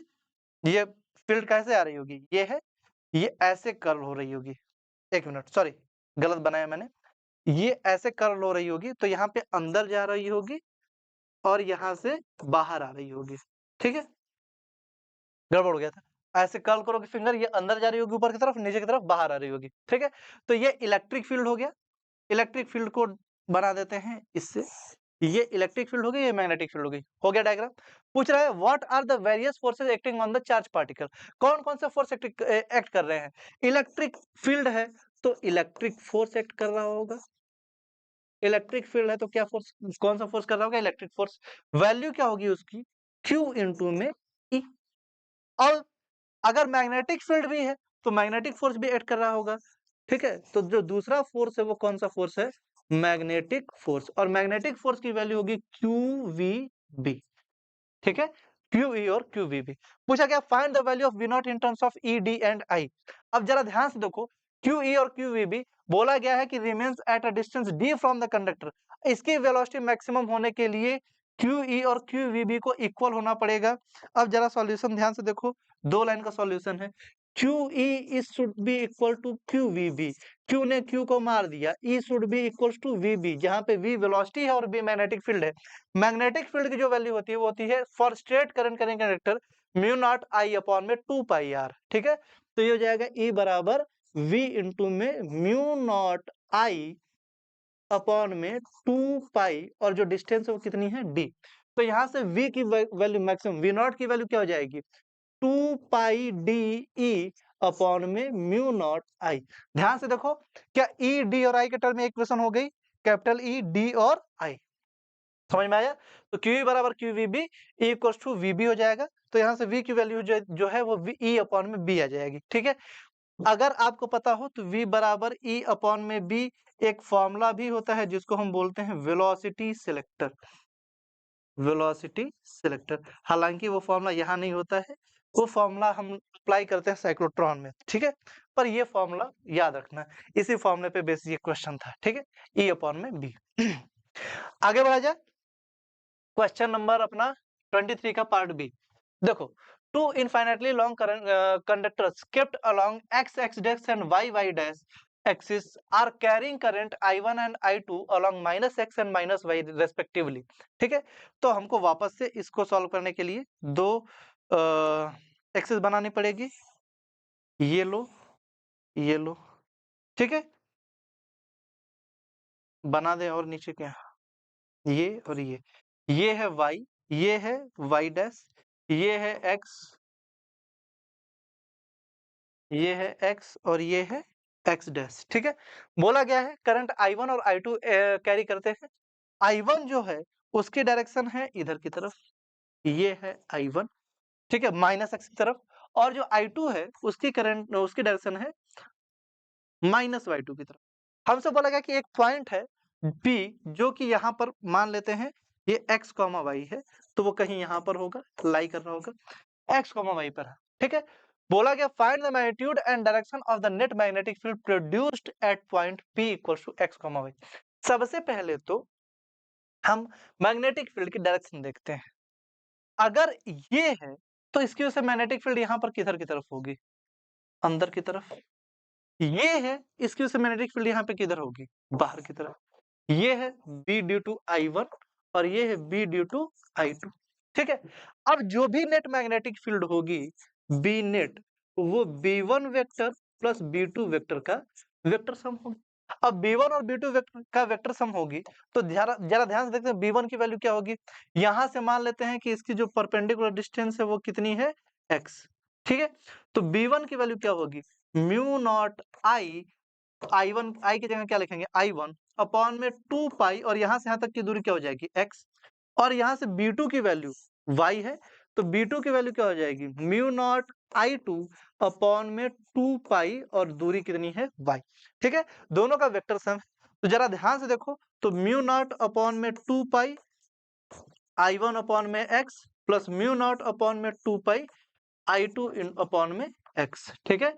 अब ये दोनों 180 डिग्री पर एक्ट कर रहे हैं, तो अगर जब भी हम जोड़ेंगे तो जो बीच वाला साइन है वो क्या आएगा, नेगेटिव आएगा।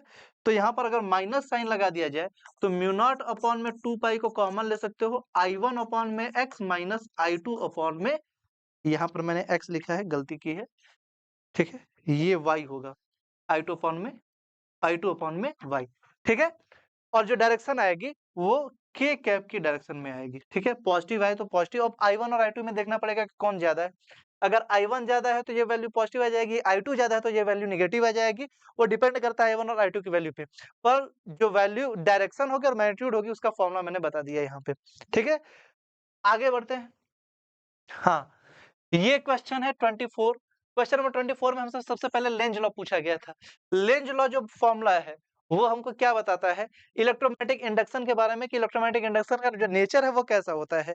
अगर इलेक्ट्रोमैग्नेटिक इंडक्शन में वोल्टेज प्रोड्यूस हो रहा है मैग्नेट के पास आने से, तो वो हमेशा उसको रिपेल करेगा, और दूर जाने से हो रहा है तो वो हमेशा उसको अट्रैक्ट करेगा। यानी कि अट्रैक्शन और रिपल्शन की जो कहानी है उसको हमको बताया गया है। ये ऊपर आपको दिख नहीं रहा होगा, ये यही क्वेश्चन स्टेट लेंज लॉ। ठीक है, तो अगर वोल्टेज मतलब कि ये हमेशा अपोज करता है अपने कॉज ऑफ प्रोडक्शन से, यानी कि जिसकी वजह से ये प्रोड्यूस हुआ है ये उसी को अपोज करता है, उसी को क्या करता है, अपोज करता है। ठीक है, तो ये रहा। अब इसका जो सेकंड पार्ट है उसको जरा देखते हैं। बोला गया इन द गिवन फिगर, ये फिगर दिया गया है, आइडेंटिफाई द मशीन। देखो, पहले तो यहाँ पर जो रिंग लगी हुई है इस रिंग को देख के पहचान सकते हो कि कौन सी मशीन है। ठीक है, और यहाँ पर जो वोल्टेज है ये वोल्टेज लोड की तरह ऐड कर रहा है, यहाँ पर इंडक्टर लगा गया है।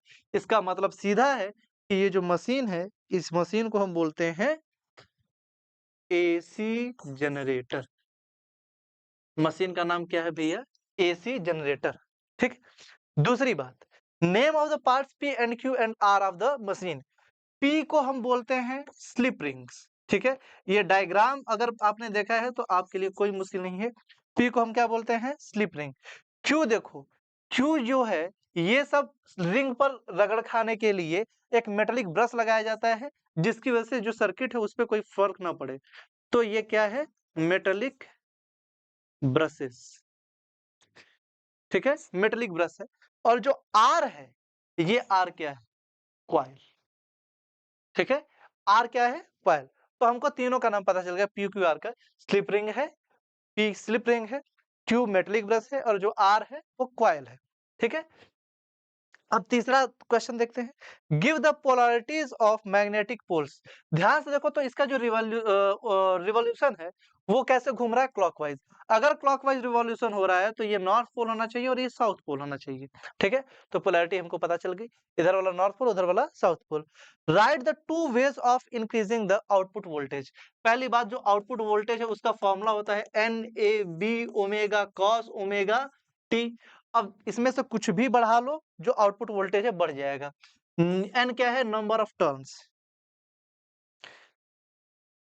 एन है नंबर ऑफ टर्न्स, तो नंबर ऑफ टर्न्स इंक्रीज कर दो तो भी बन जाएगा। ठीक है,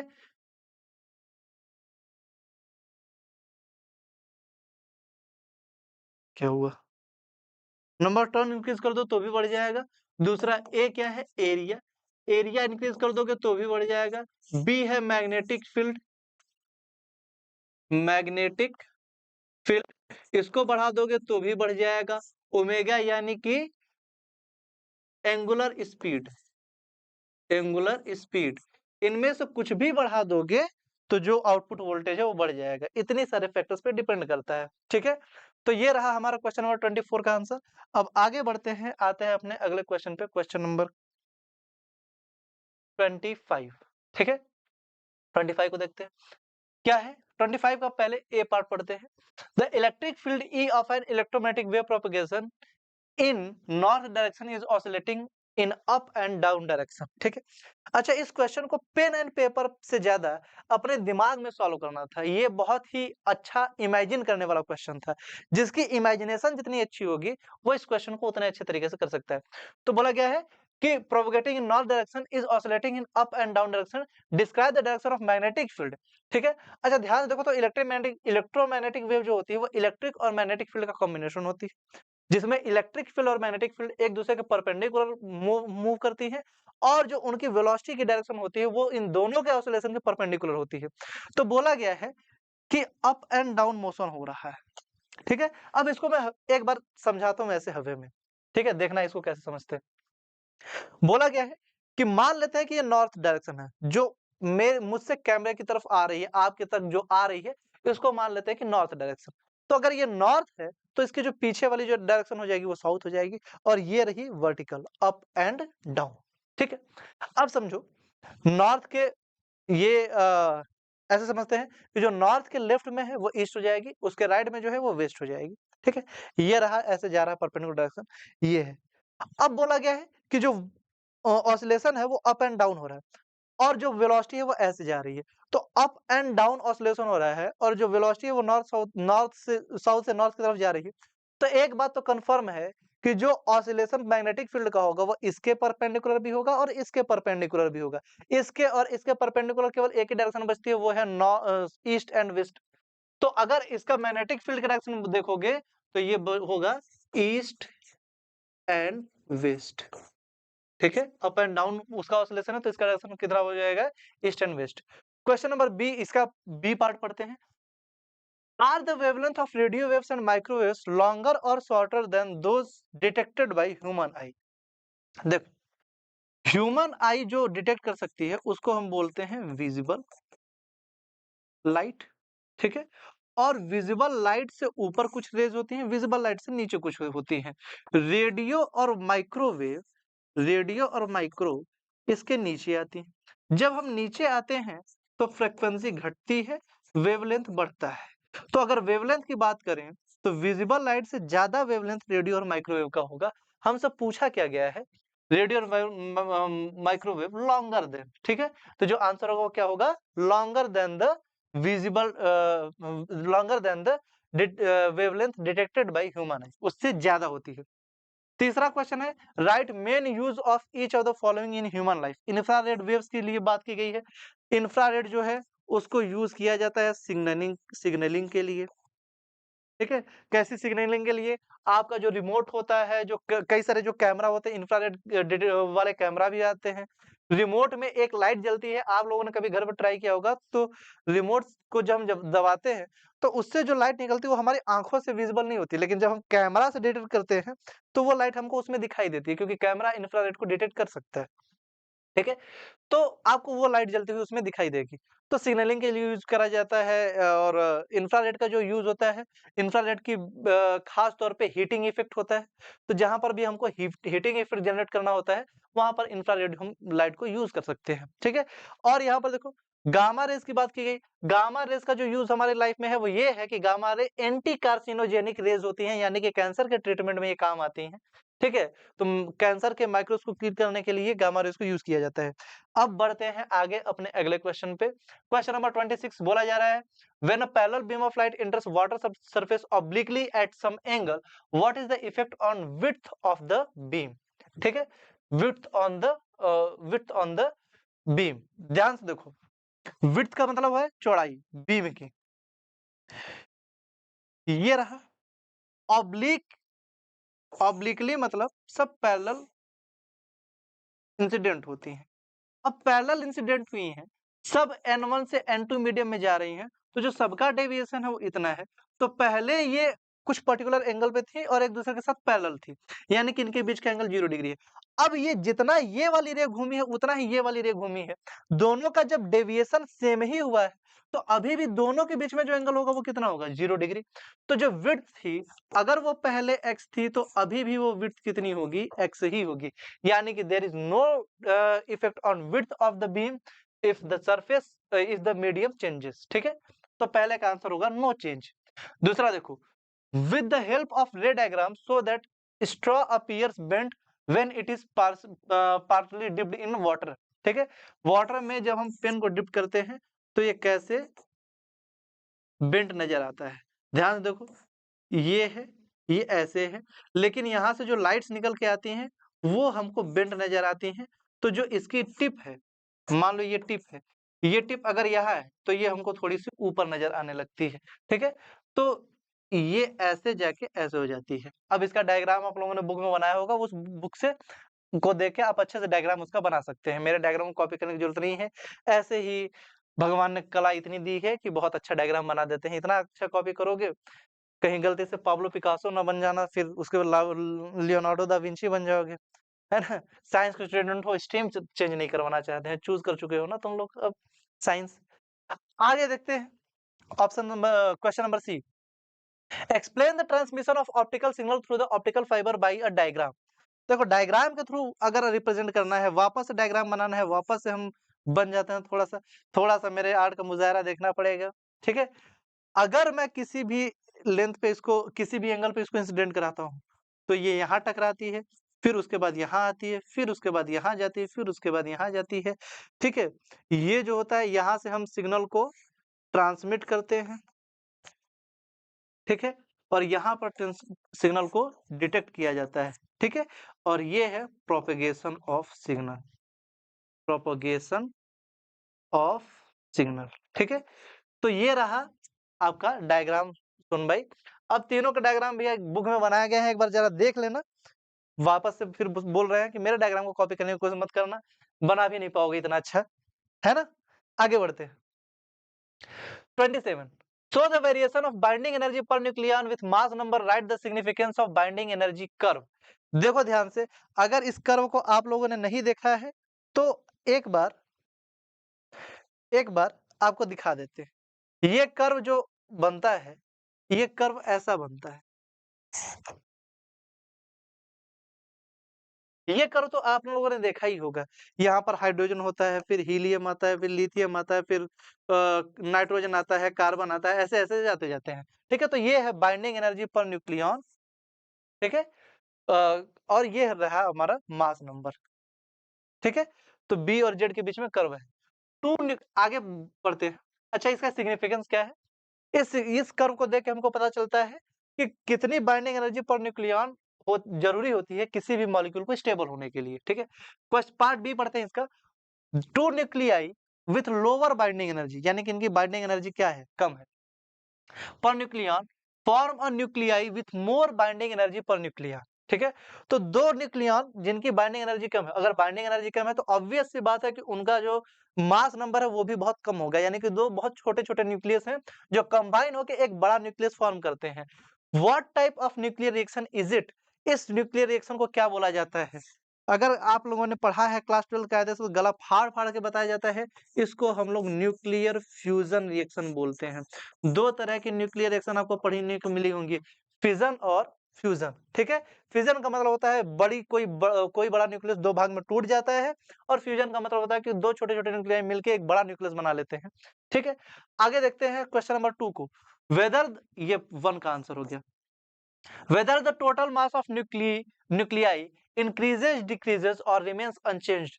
दुनिया जहान को पता है कि चाहे न्यूक्लियर फ्यूजन रिएक्शन हो या फ्यूजन रिएक्शन हो, जो मास नंबर है वो घटता है, ठीक है।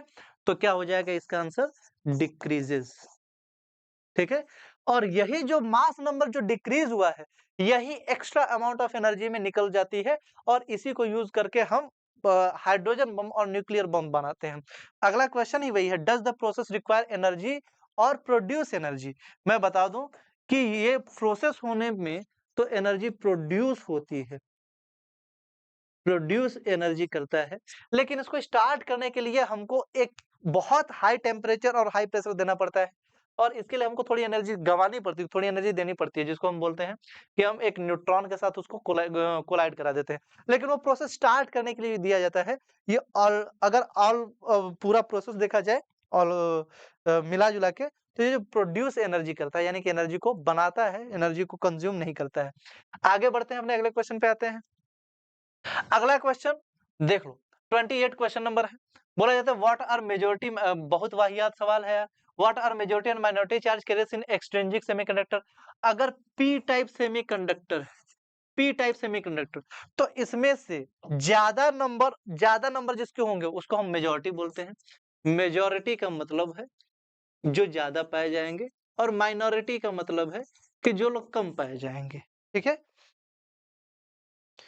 तो अगर पी टाइप सेमीकंडक्टर देखते हैं, ये रहा पी टाइप और ये रहा एन टाइप। अगर पी टाइप सेमीकंडक्टर को देखोगे, तो पी टाइप सेमीकंडक्टर में मेजॉरिटी, माइनॉरिटी, मेजॉरिटी जो होता है वो होते हैं होल्स, ठीक है। मेजॉरिटी चार्ज कैरियर्स कौन से होते हैं? होल्स। और जो माइनॉरिटी चार्ज कैरियर होते हैं वो कौन से होते हैं? इलेक्ट्रॉन्स। लेकिन अगर कहानी एन टाइप में देखी जाए, तो एन टाइप में जो मेजॉरिटी में होते हैं वो होते हैं इलेक्ट्रॉन्स, और जो माइनॉरिटी में होते हैं वो कौन से होते हैं, उनका नाम है होल्स। ठीक है, तो पहले क्वेश्चन का आंसर हमारे मिल चुका है। दूसरा क्वेश्चन हमारा क्या कहता है इसी में, दूसरा पार्ट बोला गया अ PN junction is forward bias, describe the movement of charge carriers which produce current in it. ध्यान से देखोगे अगर तो ये है पीएन जंक्शन, अगर इसको फॉरवर्ड बायस में जोड़ा गया यानी पी का पॉजिटिव के साथ और एन का नेगेटिव टर्मिनल के साथ अगर ऐसा जोड़ा गया है तो ये रहा डायग्राम। यहाँ पर जो पॉजिटिव चार्ज होता है वो इधर जाता है और जो नेगेटिव चार्ज होता है वो इधर जाता है। अब पी टाइप सेमीकंडक्टर में जो पॉजिटिव चार्ज यानी जो होल्स है वो मेजॉरिटी चार्ज कैरियर है और जो नेगेटिव चार्ज है वो माइनॉरिटी चार्ज कैरियर है। यानी कि मेजॉरिटी चार्ज कैरियर जो होता है वो पी टू एन जाता है और जो माइनॉरिटी चार्ज कैरियर होता है वो एन टू पी जाता है। समझ में आया? तो ये रहा अपने दूसरे क्वेश्चन का आंसर। तीसरा क्वेश्चन देख लेते हैं इसमें क्या पूछा गया है। तीसरा क्वेश्चन पूछा गया है the graph shows the variation of current and voltage of PN junction diode. पूछा गया estimate the dynamic resistance of the diode at V equals to -0.6 volt. -0.6 volt पे हमको डायनेमिक रेजिस्टेंस पूछा गया है। डायनेमिक रेजिस्टेंस का जो फॉर्मूला होता है वो होता है R बराबर डेल्टा V अपॉन में डेल्टा I। ठीक है, अगर जीरो से देखा जाए तो जो चेंज इन वोल्टेज होगा वो 0 माइनस 0.6 हो जाएगा।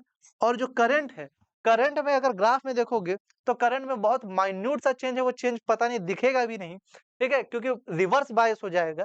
अगर रिवर्स बायसिंग है तो इसको हम मानते हैं कि जो चेंज है वो 0.1 मिली एम्पियर है।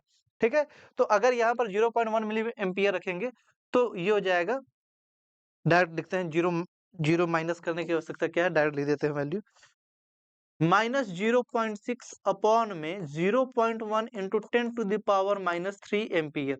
0.1 जाएगा तो क्या हो जाएगा, 0.6 अपॉन में 10⁻⁴ एम्पियर हो जाएगा। ठीक है, -4 ऊपर चला जाएगा तो ये 0.6 इंटू 10⁻⁴ हो जाएगा, यानी कि 600 ओम हो जाएगा।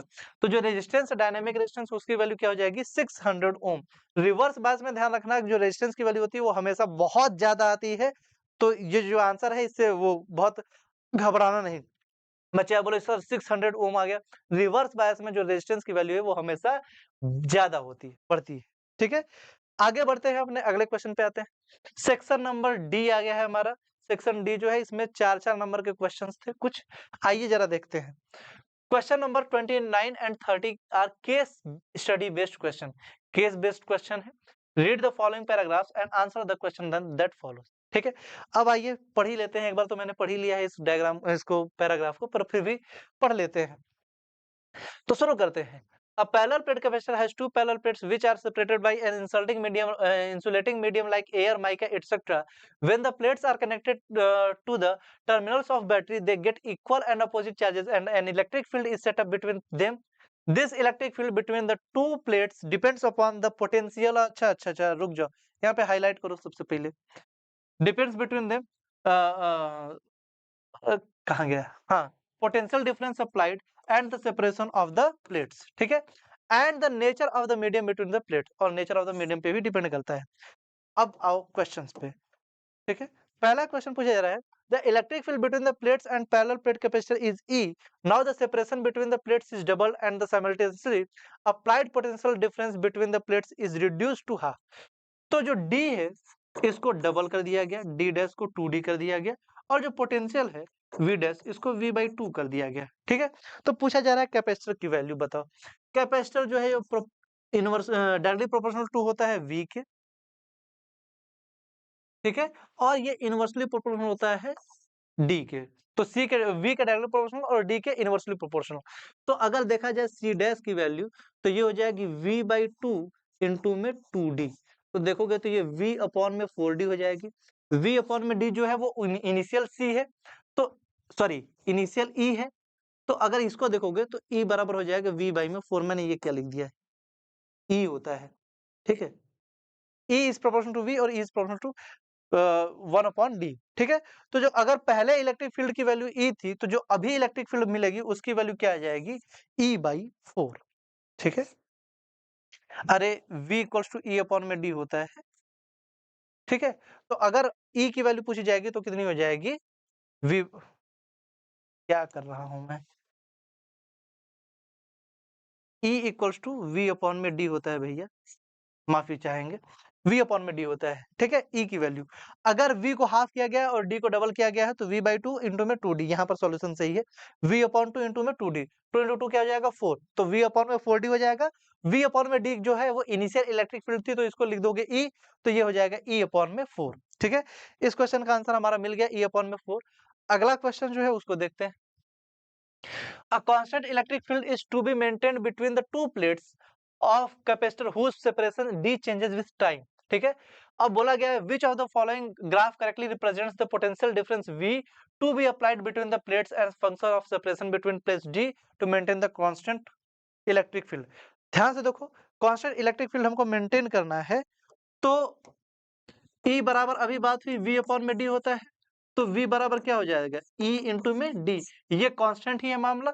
ध्यान से देखोगे तो ये y equals to m x plus c के टर्म में ये ग्राफ है, जहां पर c की वैल्यू 0 है, यानी y इंटरसेप्ट 0 है, तो जो ग्राफ है वो कहां से स्टार्ट होगा? ओरिजिन से स्टार्ट होगा और एक स्ट्रेट लाइन बनाता जाएगा जिसका स्लोप पॉजिटिव है, m शुड बी पॉजिटिव, और ये स्ट्रेट लाइन कर्व होगा।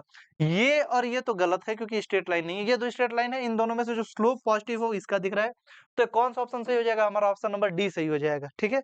अब आते हैं अपने अगले क्वेश्चन पे, अगले क्वेश्चन पे। तो हमारा जो इसका पार्ट थर्ड है, इसमें हमसे पूछा गया है कि दो पैरेलल प्लेट कैपेसिटर दिए गए हैं, या मतलब कि पैरेलल प्लेट कैपेसिटर दिया गया है, एक दो प्लेट्स है, इसमें पॉजिटिव चार्ज है, ऊपर नेगेटिव चार्ज है।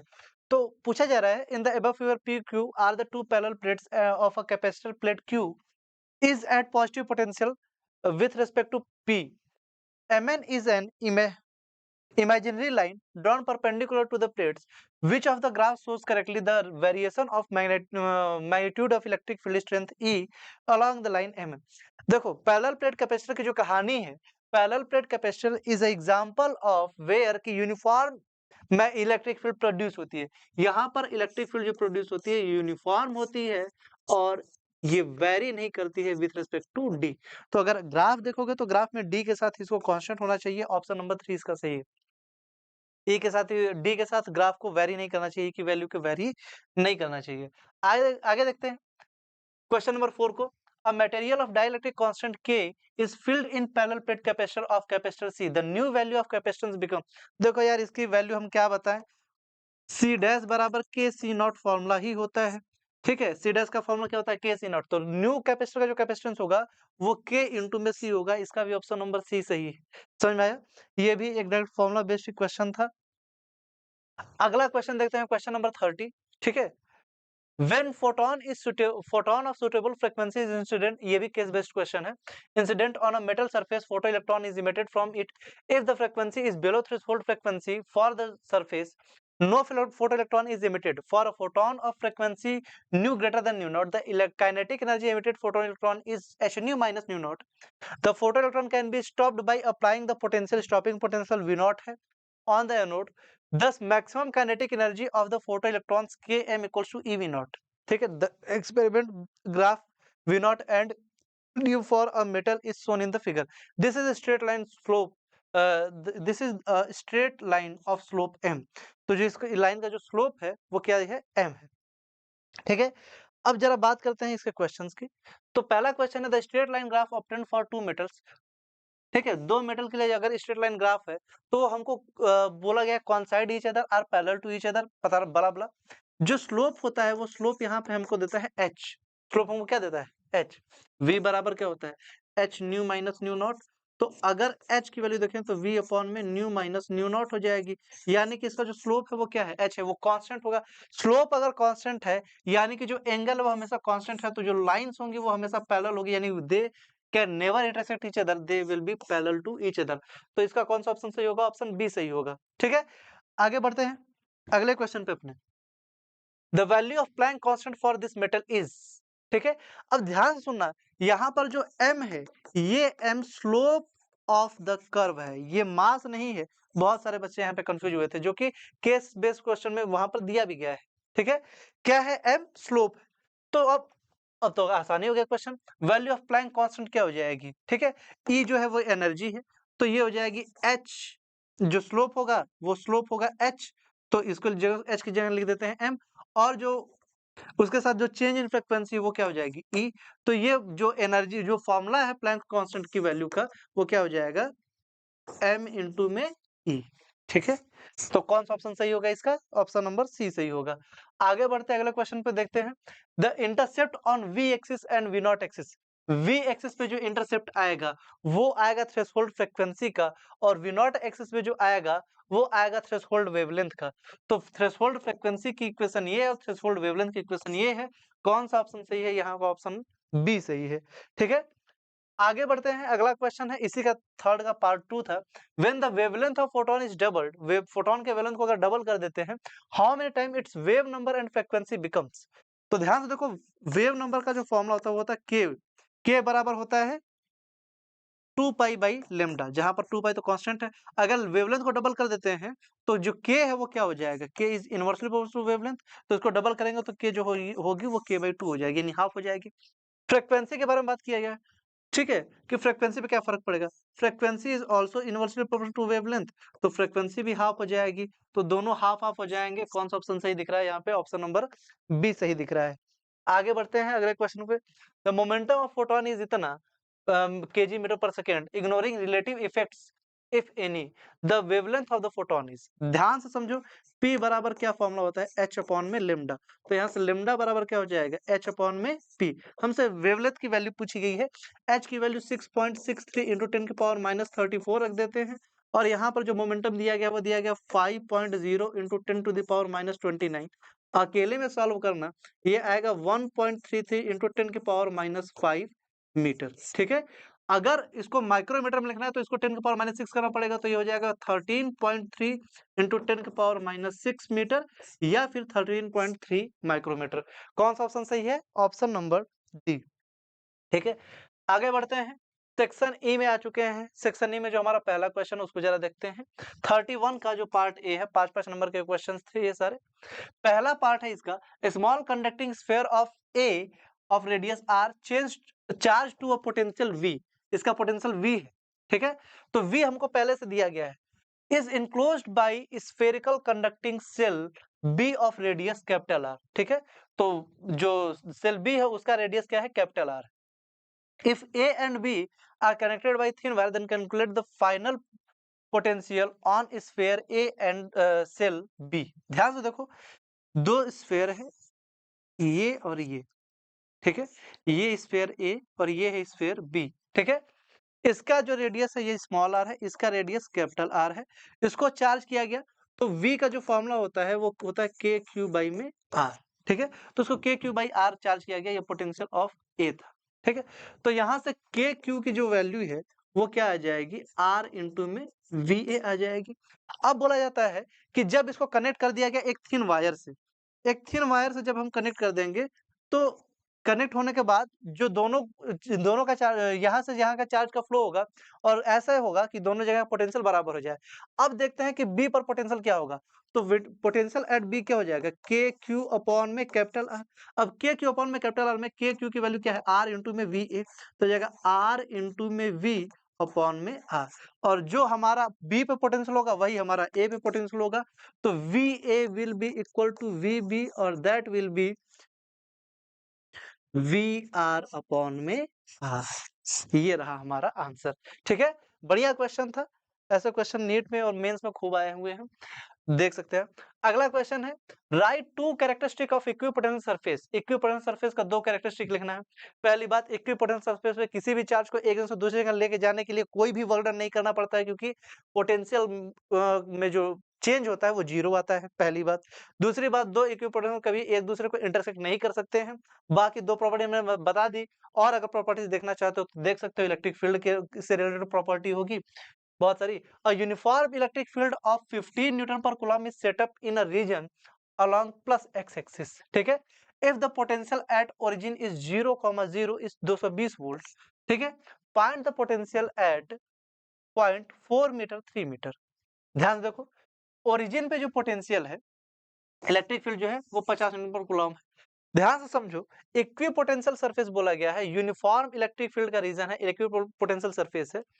तो अगर हम डिस्टेंस के साथ, डिस्टेंस हमारी वेरी करती है, तो डी के साथ वी कोई भी चेंज, वी में कोई भी चेंज नहीं आएगा।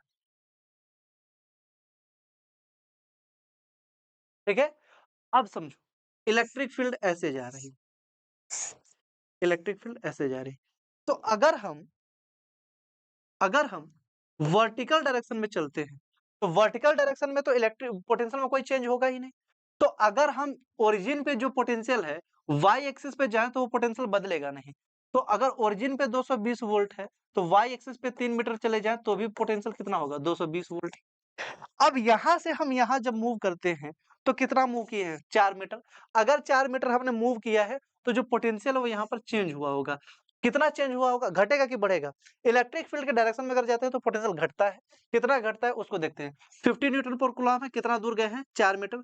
तो 50 इंटू 4 करोगे, 50 इंटू 4 करोगे तो हमारा आएगा 220 वोल्ट। तो 220 वोल्ट पोटेंशियल डिक्रीज हुआ, तो जो हमारा पोटेंशियल यहाँ पे बचेगा वो कितना बचेगा, 20 वोल्ट। 220 में से 20, 200 माइनस हुआ तो कितना बचा, 20 वोल्ट। तो अगर हम 4 मीटर 3 मीटर की बात करें, तो 4 मीटर पे 20 वोल्ट और ये 220 वोल्ट, टोटल पोटेंशियल कितना हो जाएगा, 240 वोल्ट। पोटेंशियल स्केलर क्वांटिटी है, सीधा सीधा जोड़ा जा सकता है। तो यहाँ पर जो पोटेंशियल होगा वो कितना होगा, 240 वोल्ट। आगे बढ़ते हैं इस क्वेश्चन के और वाले पार्ट पे। पहले बोला गया what is the difference between open surface and close surface. Open surface वो होता है जो या तो 2D प्लेन होता है जिसके दोनों तरफ जो होता है वो कोई बाउंड्री नहीं होती है। ठीक है, और जो क्लोज सरफेस होता है उसका जो एक सरफेस होता है, एक सरफेस वो अंदर की तरफ होता है। ये हो सकता है 3D भी स्पेस हो सकता है, 2D भी हो सकता है। ठीक है, surface usually 3D space surface ही होगा। एक तरफ जाओ तो इन्फिनिटी तक हमको कोई वॉल नहीं मिलेगी, दूसरी तरफ आओ तो हमको एक वॉल मिलेगी। तो ये डिफरेंस होता है ओपन एंड क्लोज सरफेस में।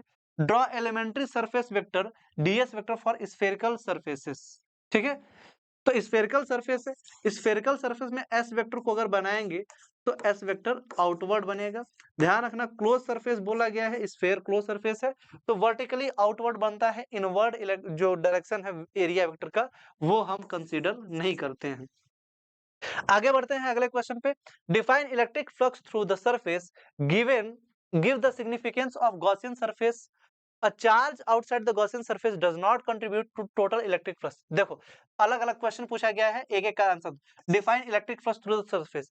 Electric flux through the surface का फॉर्मूला जो होता है वो बोला जाता है कि E डॉट ds की जो वैल्यू होती है वो चार्ज इनक्लोज्ड अपॉन में क्यू इनक्लोज्ड अपॉन में एप्सिलॉन नॉट के बराबर होती है। ठीक है, give the significance of Gaussian surface.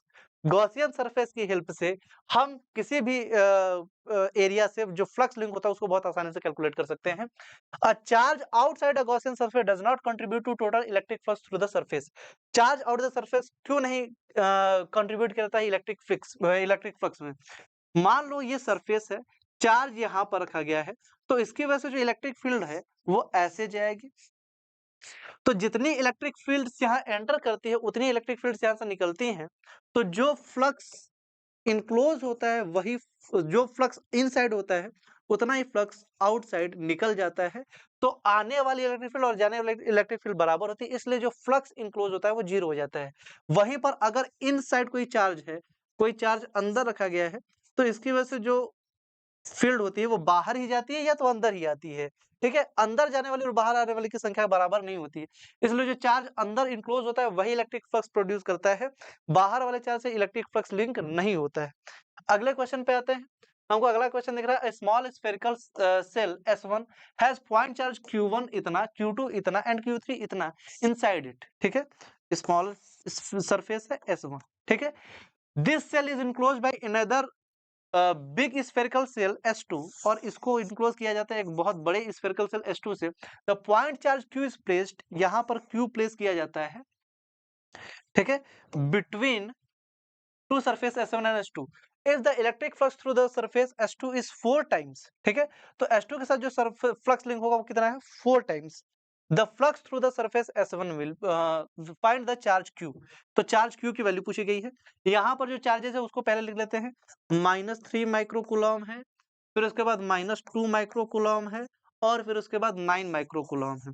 ठीक है, ध्यान से समझोगे तो फ्लक्स थ्रू S1 जो होगा वो हो जाएगा Q इनक्लोज्ड, यानी कि -3 प्लस -2 प्लस 9 माइक्रोकुलम अपॉन में एप्सिलॉन नॉट। -3 और -2 -5 हो जाएगा, 9 में -5 को माइनस करोगे तो 4 माइक्रोकुलम अपॉन में एप्सिलॉन नॉट आएगा। ठीक है, अगर सरफेस फ्लक्स थ्रू S2 देखा जाए तो फ्लक्स थ्रू S2 इन सभी चार्जेस के साथ Q को भी ऐड करता है, तो ये हो जाएगा 4 plus Q microcoulomb upon epsilon naught. इसकी वैल्यू जो है वो इसका 4 गुना है, यानी कि pi S2 is equal to 4 times of pi S1, यानी कि पाई S2 की जो वैल्यू है वो यहाँ से हमको पता चलती क्या है, पाई S2 की जो वैल्यू है वो है 4 प्लस क्यू अपॉन में epsilon naught is equal to 4 times of ये 4 अपॉन में एप्सिलॉन नॉट। एप्सिलॉन कट गया, 4 इंटू 4 करोगे कितना हो जाएगा 16, यानी कि 4 प्लस क्यू बराबर 16 माइक्रोकुलम। तो क्यू बराबर 16 माइनस 4 यानी कि 12 माइक्रोकुलम। ठीक है, तो Q की वैल्यू जो आएगी वो कितनी आएगी, 12 माइक्रोकुलम आएगी। देख सकते हैं आप। अगला जो क्वेश्चन है उसको देखते हैं। अगला 32 क्वेश्चन है। क्वेश्चन नंबर 32 का पार्ट 1 देखते हैं। What is the source of force acting on the current carrying conductor placed in a magnetic field, obtain the expression for force acting between two straight current. देखो, सबसे पहले जो source है उसको समझते हैं। किसी करंट कैरिंग वायर को अगर मैग्नेटिक फील्ड में रखा जाता है तो ये इस मैग्नेटिक फील्ड में जो वायर है उसमें इलेक्ट्रॉन्स फ्लो कर रहे होते हैं, और इलेक्ट्रॉन्स चूंकि चार्ज हैं तो ये फ्लोइंग चार्ज पर मैग्नेटिक फील्ड फोर्स लगाती है, और एक एक इलेक्ट्रॉन पर लगने वाले जो फोर्स होते हैं उसकी वजह से एक एफ नेट आता है। ये एफ नेट होता है ILB साइन थीटा। ठीक है, ये होता है ILB साइन थीटा। बोला गया ऑब्टेन द एक्सप्रेशन फॉर, ये पूरा डेरिवेशन है, आप डेरिवेशन देख लेना, मैं फॉर्मूला बता देता हूँ। F बराबर आता है mu naught upon 4 pi into में 2I1I2 अपॉन में R स्क्वायर। ठीक है, और यही से हम डिफाइन करते हैं 1 एम्पियर की वैल्यू, और 1 एम्पियर की जो वैल्यू होती है वो होती है, अगर I1 की वैल्यू भी मैं 1 ले लूं 1 एम्पियर, I2 की वैल्यू भी अगर 1 एम्पियर ले लूं, R की वैल्यू भी 1 एम्पियर ले लूं, तो जो फोर्स आता है वो आता है म्यू नॉट अपॉन में 4 पाई इंटू में 2, mu naught upon 4 pi into में 2 यानी कि 2 इंटू 10 की पावर -7 न्यूटन। ठीक है, तो कैसे 1 एम्पियर को डिफाइन किया जाता है, कैसे 1 एम्पियर को डिफाइन किया जाता है, डिफाइन करने का जो तरीका है वो ये है कि 1 ampere is that value of current eight which the wire separated in unit distance experiences force of 2 into 10 की पावर -7 न्यूटन। ये class 11th unit and dimension में 1 एम्पियर को ऐसे डिफाइन किया जाता है। ठीक है, अगला क्वेश्चन देखते हैं। A point charge Q is moving with velocity v in uniform magnetic field B, find work done by the magnetic force on the charge. देखो, F का फॉर्मूला जो होता है वो वर्क डन का जो फॉर्मूला होता है वो होता है, वर्क डन का फॉर्मूला होता है F S cos theta.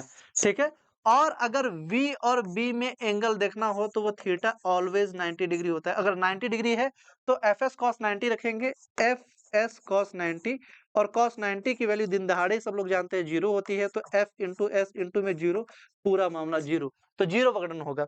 Third question को देखते हैं। Explain the necessary condition in which the trajectory of the charge particle is helical.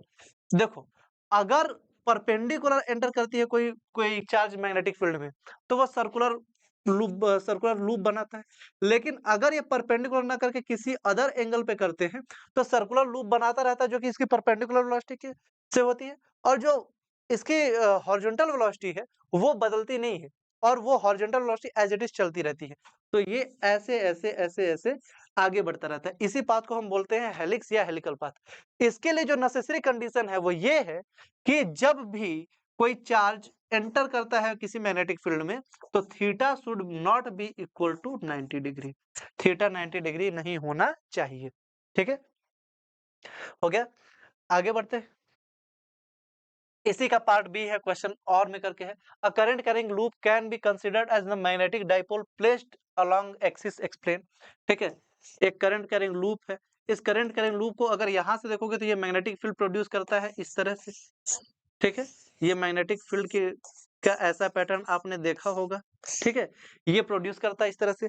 अगर ये मैग्नेटिक फील्ड है, तो अगर इसको देखा जाए, तो यहाँ से ये हमको दिखता है ऐसे, ये क्लॉकवाइज है तो ये साउथ पोल की तरह एक्ट करता है और ये नॉर्थ पोल की तरह एक्ट करता है। तो नॉर्थ और साउथ अगर एक्ट कर रहा है, तो ये बन गया हमारा एक मैग्नेटिक डाइपोल। ठीक है, ये हमारा एक मैग्नेटिक डाइपोल बन के तैयार हो गया। बोला जा रहा है आगे, obtain the relation of magnetic dipole moment m for current. ठीक है, तो m मैग्नेटिक डाइपोल है, इसका फॉर्मूला होता है NIA। ठीक है, n इंटू में I इंटू में A। आगे देखते हैं। A current carrying coil is placed in external uniform magnetic field. The coil is free to turn in the magnetic field. What is the net force acting on the coil? देखो भैया, F net will be equal to 0। क्यों? क्योंकि किसी भी magnetic field में जब किसी coil को हम प्लेस करते हैं, तो हर पार्ट पे जो लगने वाला फोर्स है वो एक दूसरे को कैंसिल आउट कर देता है। Obtain the orientation of the coil in stable equilibrium. Stable equilibrium में इसको पाने के लिए इसमें स्टेबल इक्विलिब्रियम पे एफ नेट भी 0 होना चाहिए और टाउ नेट भी 0 होना चाहिए। टाउ नेट 0 होने के लिए जो कंडीशन है कि surface of loop should be perpendicular to magnetic field. ठीक है, जो सरफेस है वो क्या होना चाहिए? परपेंडिकुलर होना चाहिए मैग्नेटिक फील्ड के। ठीक है, आगे बढ़ते हैं। क्वेश्चन नंबर 33 देखो। क्वेश्चन नंबर 33 में हमको ये जो क्वेश्चन दिया गया है, पार्ट 1 इसका देखते हैं। A thin pencil of length f/4 is placed coinciding with the principal axis of mirror of focal length f. The image of the pencil is real and enlarged. Just touch the pencil. Calculate the magnification produced by the mirror. ध्यान समझो, पहले इस question को समझना पड़ेगा हमको कि ये एक मिरर है।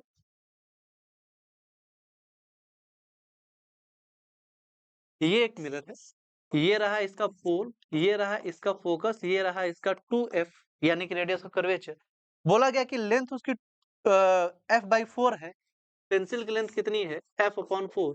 और इसकी जो इमेज है वो टच कर रही है ऑब्जेक्ट से। ऑब्जेक्ट से इमेज टच करने का मतलब कि वो कहीं ना कहीं 2f पे रखी गई होगी, और इनलार्ज है इसका मतलब 2f से इधर रखी गई होगी।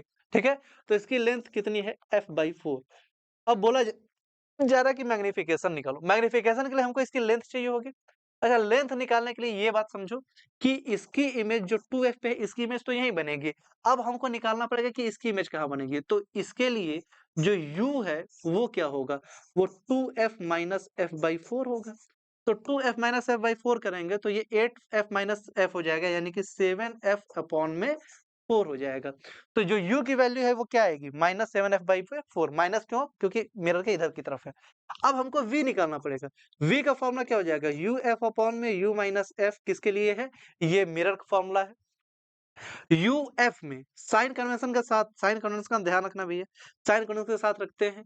u की वैल्यू है -7f अपॉन में 4 इंटू में f, तो f है माइनस साइन के साथ है।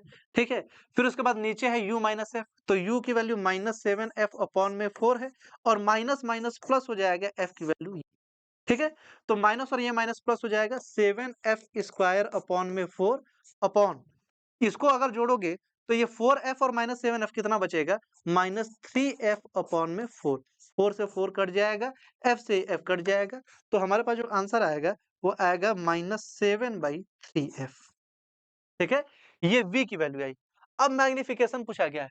देखो, इसका तो हमको नहीं पता, इसका तो मैग्निफिकेशन 1 होता है। हमको ये पता है कि ये जो ऑब्जेक्ट है इसके लिए जो u था, ये u था -7f अपॉन में 4, और इसके लिए जो v था वो भी कितना था? एक मिनट, -7f अपॉन में 3। ठीक है, माइनस, एक मिनट रुक जाओ। हाँ ठीक है, -7f अपॉन में 3। तो v की वैल्यू ये, u की वैल्यू a। जो मैग्निफिकेशन का फॉर्मूला होता है वो होता है -v अपॉन में u। तो minus of -7f upon 3 upon में -7f अपॉन में 4। ठीक है, तो इसको काटोगे, 7f कट जाएगा, ये जो मैग्निफिकेशन आएगा इसका आएगा -4 अपॉन में 3। -4 अपॉन में 3 को सॉल्व करोगे तो ये शायद 1.33 आएगा माइनस में। ठीक है, तो जो मैग्निफिकेशन आएगी इसकी वो कितनी आएगी? -1.33। समझ में आया? देखो, तो इसका जो मैग्निफिकेशन है वो हमने निकाल लिया। अगला क्वेश्चन पढ़ते हैं। A ray of light is incident on reflecting face AB of a prism ABC at an angle of 45 degree. तो हमको I की वैल्यू दी गई है 45 डिग्री, ठीक है। The ray emerges from the face AC at an angle of deviation is 15 degree. Angle of deviation दिया गया है 15 डिग्री, ठीक है। The angle of prism is 30 degree. A की वैल्यू हमको 30 डिग्री दी गई है। So that the emergent ray is normal to the face AC from which it is emerges. E की वैल्यू हमको दिया गया है कि ये 90 डिग्री पे इमर्ज होगी, ठीक है। अच्छा देखो, ई आई प्लस ई बराबर ए प्लस डेल्टा होता है। आई की वैल्यू हमको दी गई है 45 डिग्री। तो आई की वैल्यू अगर हमको 45 डिग्री दी गई है प्लस ई दिया गया है बराबर ए की वैल्यू 30 डिग्री दी गई है और डेल्टा की वैल्यू 15 डिग्री दी गई है। तो यहाँ से ई की वैल्यू जो दी गई आएगी हमको कितनी आएगी? 13 प्लस 45, 45 ये हो जाएगा। और -45 डिग्री इधर का, यानी कि इमरजेंट कितनी पे इमरजेंट हुई? 0 डिग्री पे। अगर 0 डिग्री पे इमरजेंट हुई है तो पूछा जा रहा है कि emergent ray is normal to the face AC from where it emerges out, ठीक है। तो इसकी वैल्यू 0 डिग्री है, यानी कि ये सरफेस के सॉरी, यानी कि अगर इसको डायग्राम बनाए तो ये रहा नॉर्मल, तो ये नॉर्मल के अलोंग ऐसे जाएगी। अगर नॉर्मल के अलोंग गई है तो इसका मतलब सरफेस से कितना एंगल बनाएगी? 90 डिग्री। पूछा जा रहा है find the refractive index of the material of the medium. देखो, अगर ये 90 डिग्री पे गई है तो ये ऑब्वियस सी बात है कि हमको जो फॉर्मूला लगाना चाहिए वो लगाना चाहिए 1/sin से। I 45 पे जो R होगा वो कितना हो चुका होगा? R की वैल्यू 90 हो चुकी होगी। तो म्यू बराबर होता है 1/sin C। I की वैल्यू 45 डिग्री थी, तो 1/sin 45 रखने पर जो आंसर आएगा वो आएगा √2, ठीक है। बहुत फेमस, कई बार क्वेश्चन ऐसा किए होंगे। तो √2 will be the refractive index of the medium, ठीक है। तो यहाँ तक हमारी बात हो चुकी है। अब इसके 2 पार्ट और बचे हुए हैं, उसको देखते हैं। चलते हैं अपने अगले क्वेश्चन पे। और ये लास्ट क्वेश्चन जो हमारा है, इसमें बोला गया draw the variation of intensity with angle of diffraction in single set diffraction pattern, ठीक है। तो हमको इसका अगर ग्राफ आप लोगों ने कभी देखा हो तो ऐसा बनता है ग्राफ, ये रहा, ये और ये। अगर ग्राफ आपने देखा हो तो ये जो ग्राफ बनता है, ये ऐसा इंटेंसिटी का जो ग्राफ बनता है वो ये बनता है, ठीक है। इसमें इसको हम बोलते हैं सेंट्रल मैक्सिमा, सेंट्रल मैक्सिमा, और फिर उसके बाद सेकेंडरी टर्सरी मैक्सिमा होता है, ठीक है। ये बनता है ग्राफ। एक्सप्रेशन बोला गया है, एक्सप्रेशन लिखने के लिए write the expression for value of angle corresponding to zero intensity locations, ठीक है। देखो, साइन थीटा बराबर होता है इसका फॉर्मूला b/2, सॉरी, लेमडा का फॉर्मूला होता है लेमडा बराबर b/2 साइन थीटा। तो यहां से अगर साइन थीटा की वैल्यू देखें तो क्या हो जाएगी? 2 लेमडा अपॉन में b। साइन थीटा, अगर थीटा बहुत स्मॉल है तो sine theta will be nearly equal to theta की वैल्यू क्या हो जाएगी? 2 लेमडा बाई b, ठीक है। अब आगे देखते हैं, in what way diffraction of light waves differ from diffraction of sound wave. तो लाइट वेव की जो वेवलेंथ है, वेवलेंथ वो स्मॉल होती है, और वेवलेंथ स्मॉल होने की वजह से ये हमको बहुत अच्छे से ऑब्जर्व होती है। साउंड की जो डाइफ्लेक्शन होता है वो हमको बहुत अच्छे से मतलब ऑब्जर्वेबल नहीं होता है, उसको हम सुन नहीं सकते क्योंकि उसकी वेवलेंथ बहुत ज्यादा होती है, ठीक है। तो ये सेट 1 का ऑल अबाउट ये पूरा सॉल्यूशन था। आप लोगों को अगर अभी भी कोई डाउट है, कोई दिक्कत है, तो आप लोग कमेंट सेक्शन में इसको पूछ सकते हैं, और किसी भी तरह से अगर कोई हेल्प और चाहते हैं तो वो बता सकते हैं, ठीक है। और इसके जो अगले सेट है उसके सॉल्यूशन में अपलोड कर दिए जाएंगे। मैक्सिमम जो क्वेश्चन थे वो ऐसे या इसी से रिलेटेड टॉपिक्स से थे, ठीक है। 1-2 क्वेश्चन वेरी कर सकता है। तो अगर आप चाहें तो अब बाकी के सेट के सॉल्यूशन भी आप खुद से देख सकते हैं।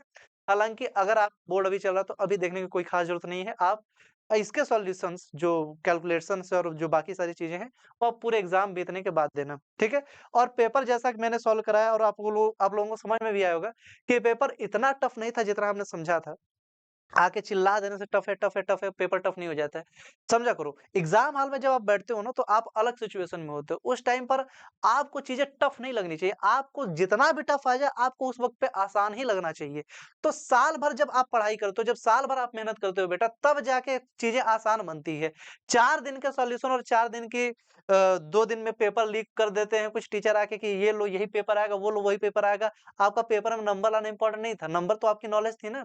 नॉलेज कब मिलती है आपको? जब आप साल भर उस चीज़ को पढ़ते हैं, ठीक है? वरना फिर ऐसे पेपर आ जाते हैं और ये भी ठीक है, फिर मेंस के पेपर हैं, एडवांस के पेपर हैं, नीट के पेपर हैं, वहाँ कौन लीक करेगा? ठीक है? और टीचर भी ऐसे-ऐसे हैं, जब नीट का पेपर लीक होता है तो फिर छाती पीट कर रोने लगते हैं कि अरे लीक हो गया, हम तुम्हारे साथ हैं, हम न्याय कराएँगे, हम ये कराएँगे, हम वो कराएँगे। जब दूसरे करते थे तब तो आपको न्याय चाहिए था और जब खुद आप करने लगते हैं, फिर उसके बाद आपका न्याय पता नहीं किधर चला जाता है।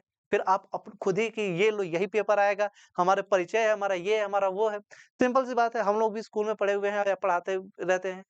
अगर हम भी टेस्ट बनाते हैं अपने स्कूल या कोचिंग में कराने के लिए ना, तो उस टेस्ट का एक भी क्वेश्चन बच्चों को नहीं बताते हैं, जबकि पेपर मैंने खुद ही बनाया है। नॉर्मल बात कर रहे हैं। क्या क्या स्टूडेंट और टीचर की रिलेशन को समझने के लिए कि अगर पेपर मैंने खुद भी सेट किया हुआ है, तो भी मैं उसका एक क्वेश्चन भी स्टूडेंट को नहीं बताता हूँ। और यहाँ पर बोर्ड का पेपर पूरा आप बता रहे हो कि मेरा परिचय है और मैंने दे दिया है। ठीक है? तो इस इन सब चीज़ों से बचो थोड़ा क्योंकि ना तो कोई पेपर लीक करा सकता है और ना ही आपको पेपर लीक के भरोसे रहना, आपको अपनी मेहनत के भरोसे रहना है, ठीक है? एक लाइन कही जाती है ना कि चिड़िया जब डाल पे बैठती है तो भरोसा उसको डाल डाल पे नहीं अपने पंखों पे होता है। तो अपने पंखों पे भरोसा करो, दूसरे के डालों पे नहीं कि ये सर सॉल्यूशन अपलोड कर देंगे, वो सर पढ़ा देंगे, वो ये कर देंगे, वो कर देंगे। साल भर जब पढ़ाई किए रहोगे, तब तुम्हारे पंख मजबूत रहेंगे। फिर उसके बाद पेपर में चाहे जो क्वेश्चन्स आ जाएँ, वो सारे क्वेश्चन्स आपको ईज़ी लगेंगे।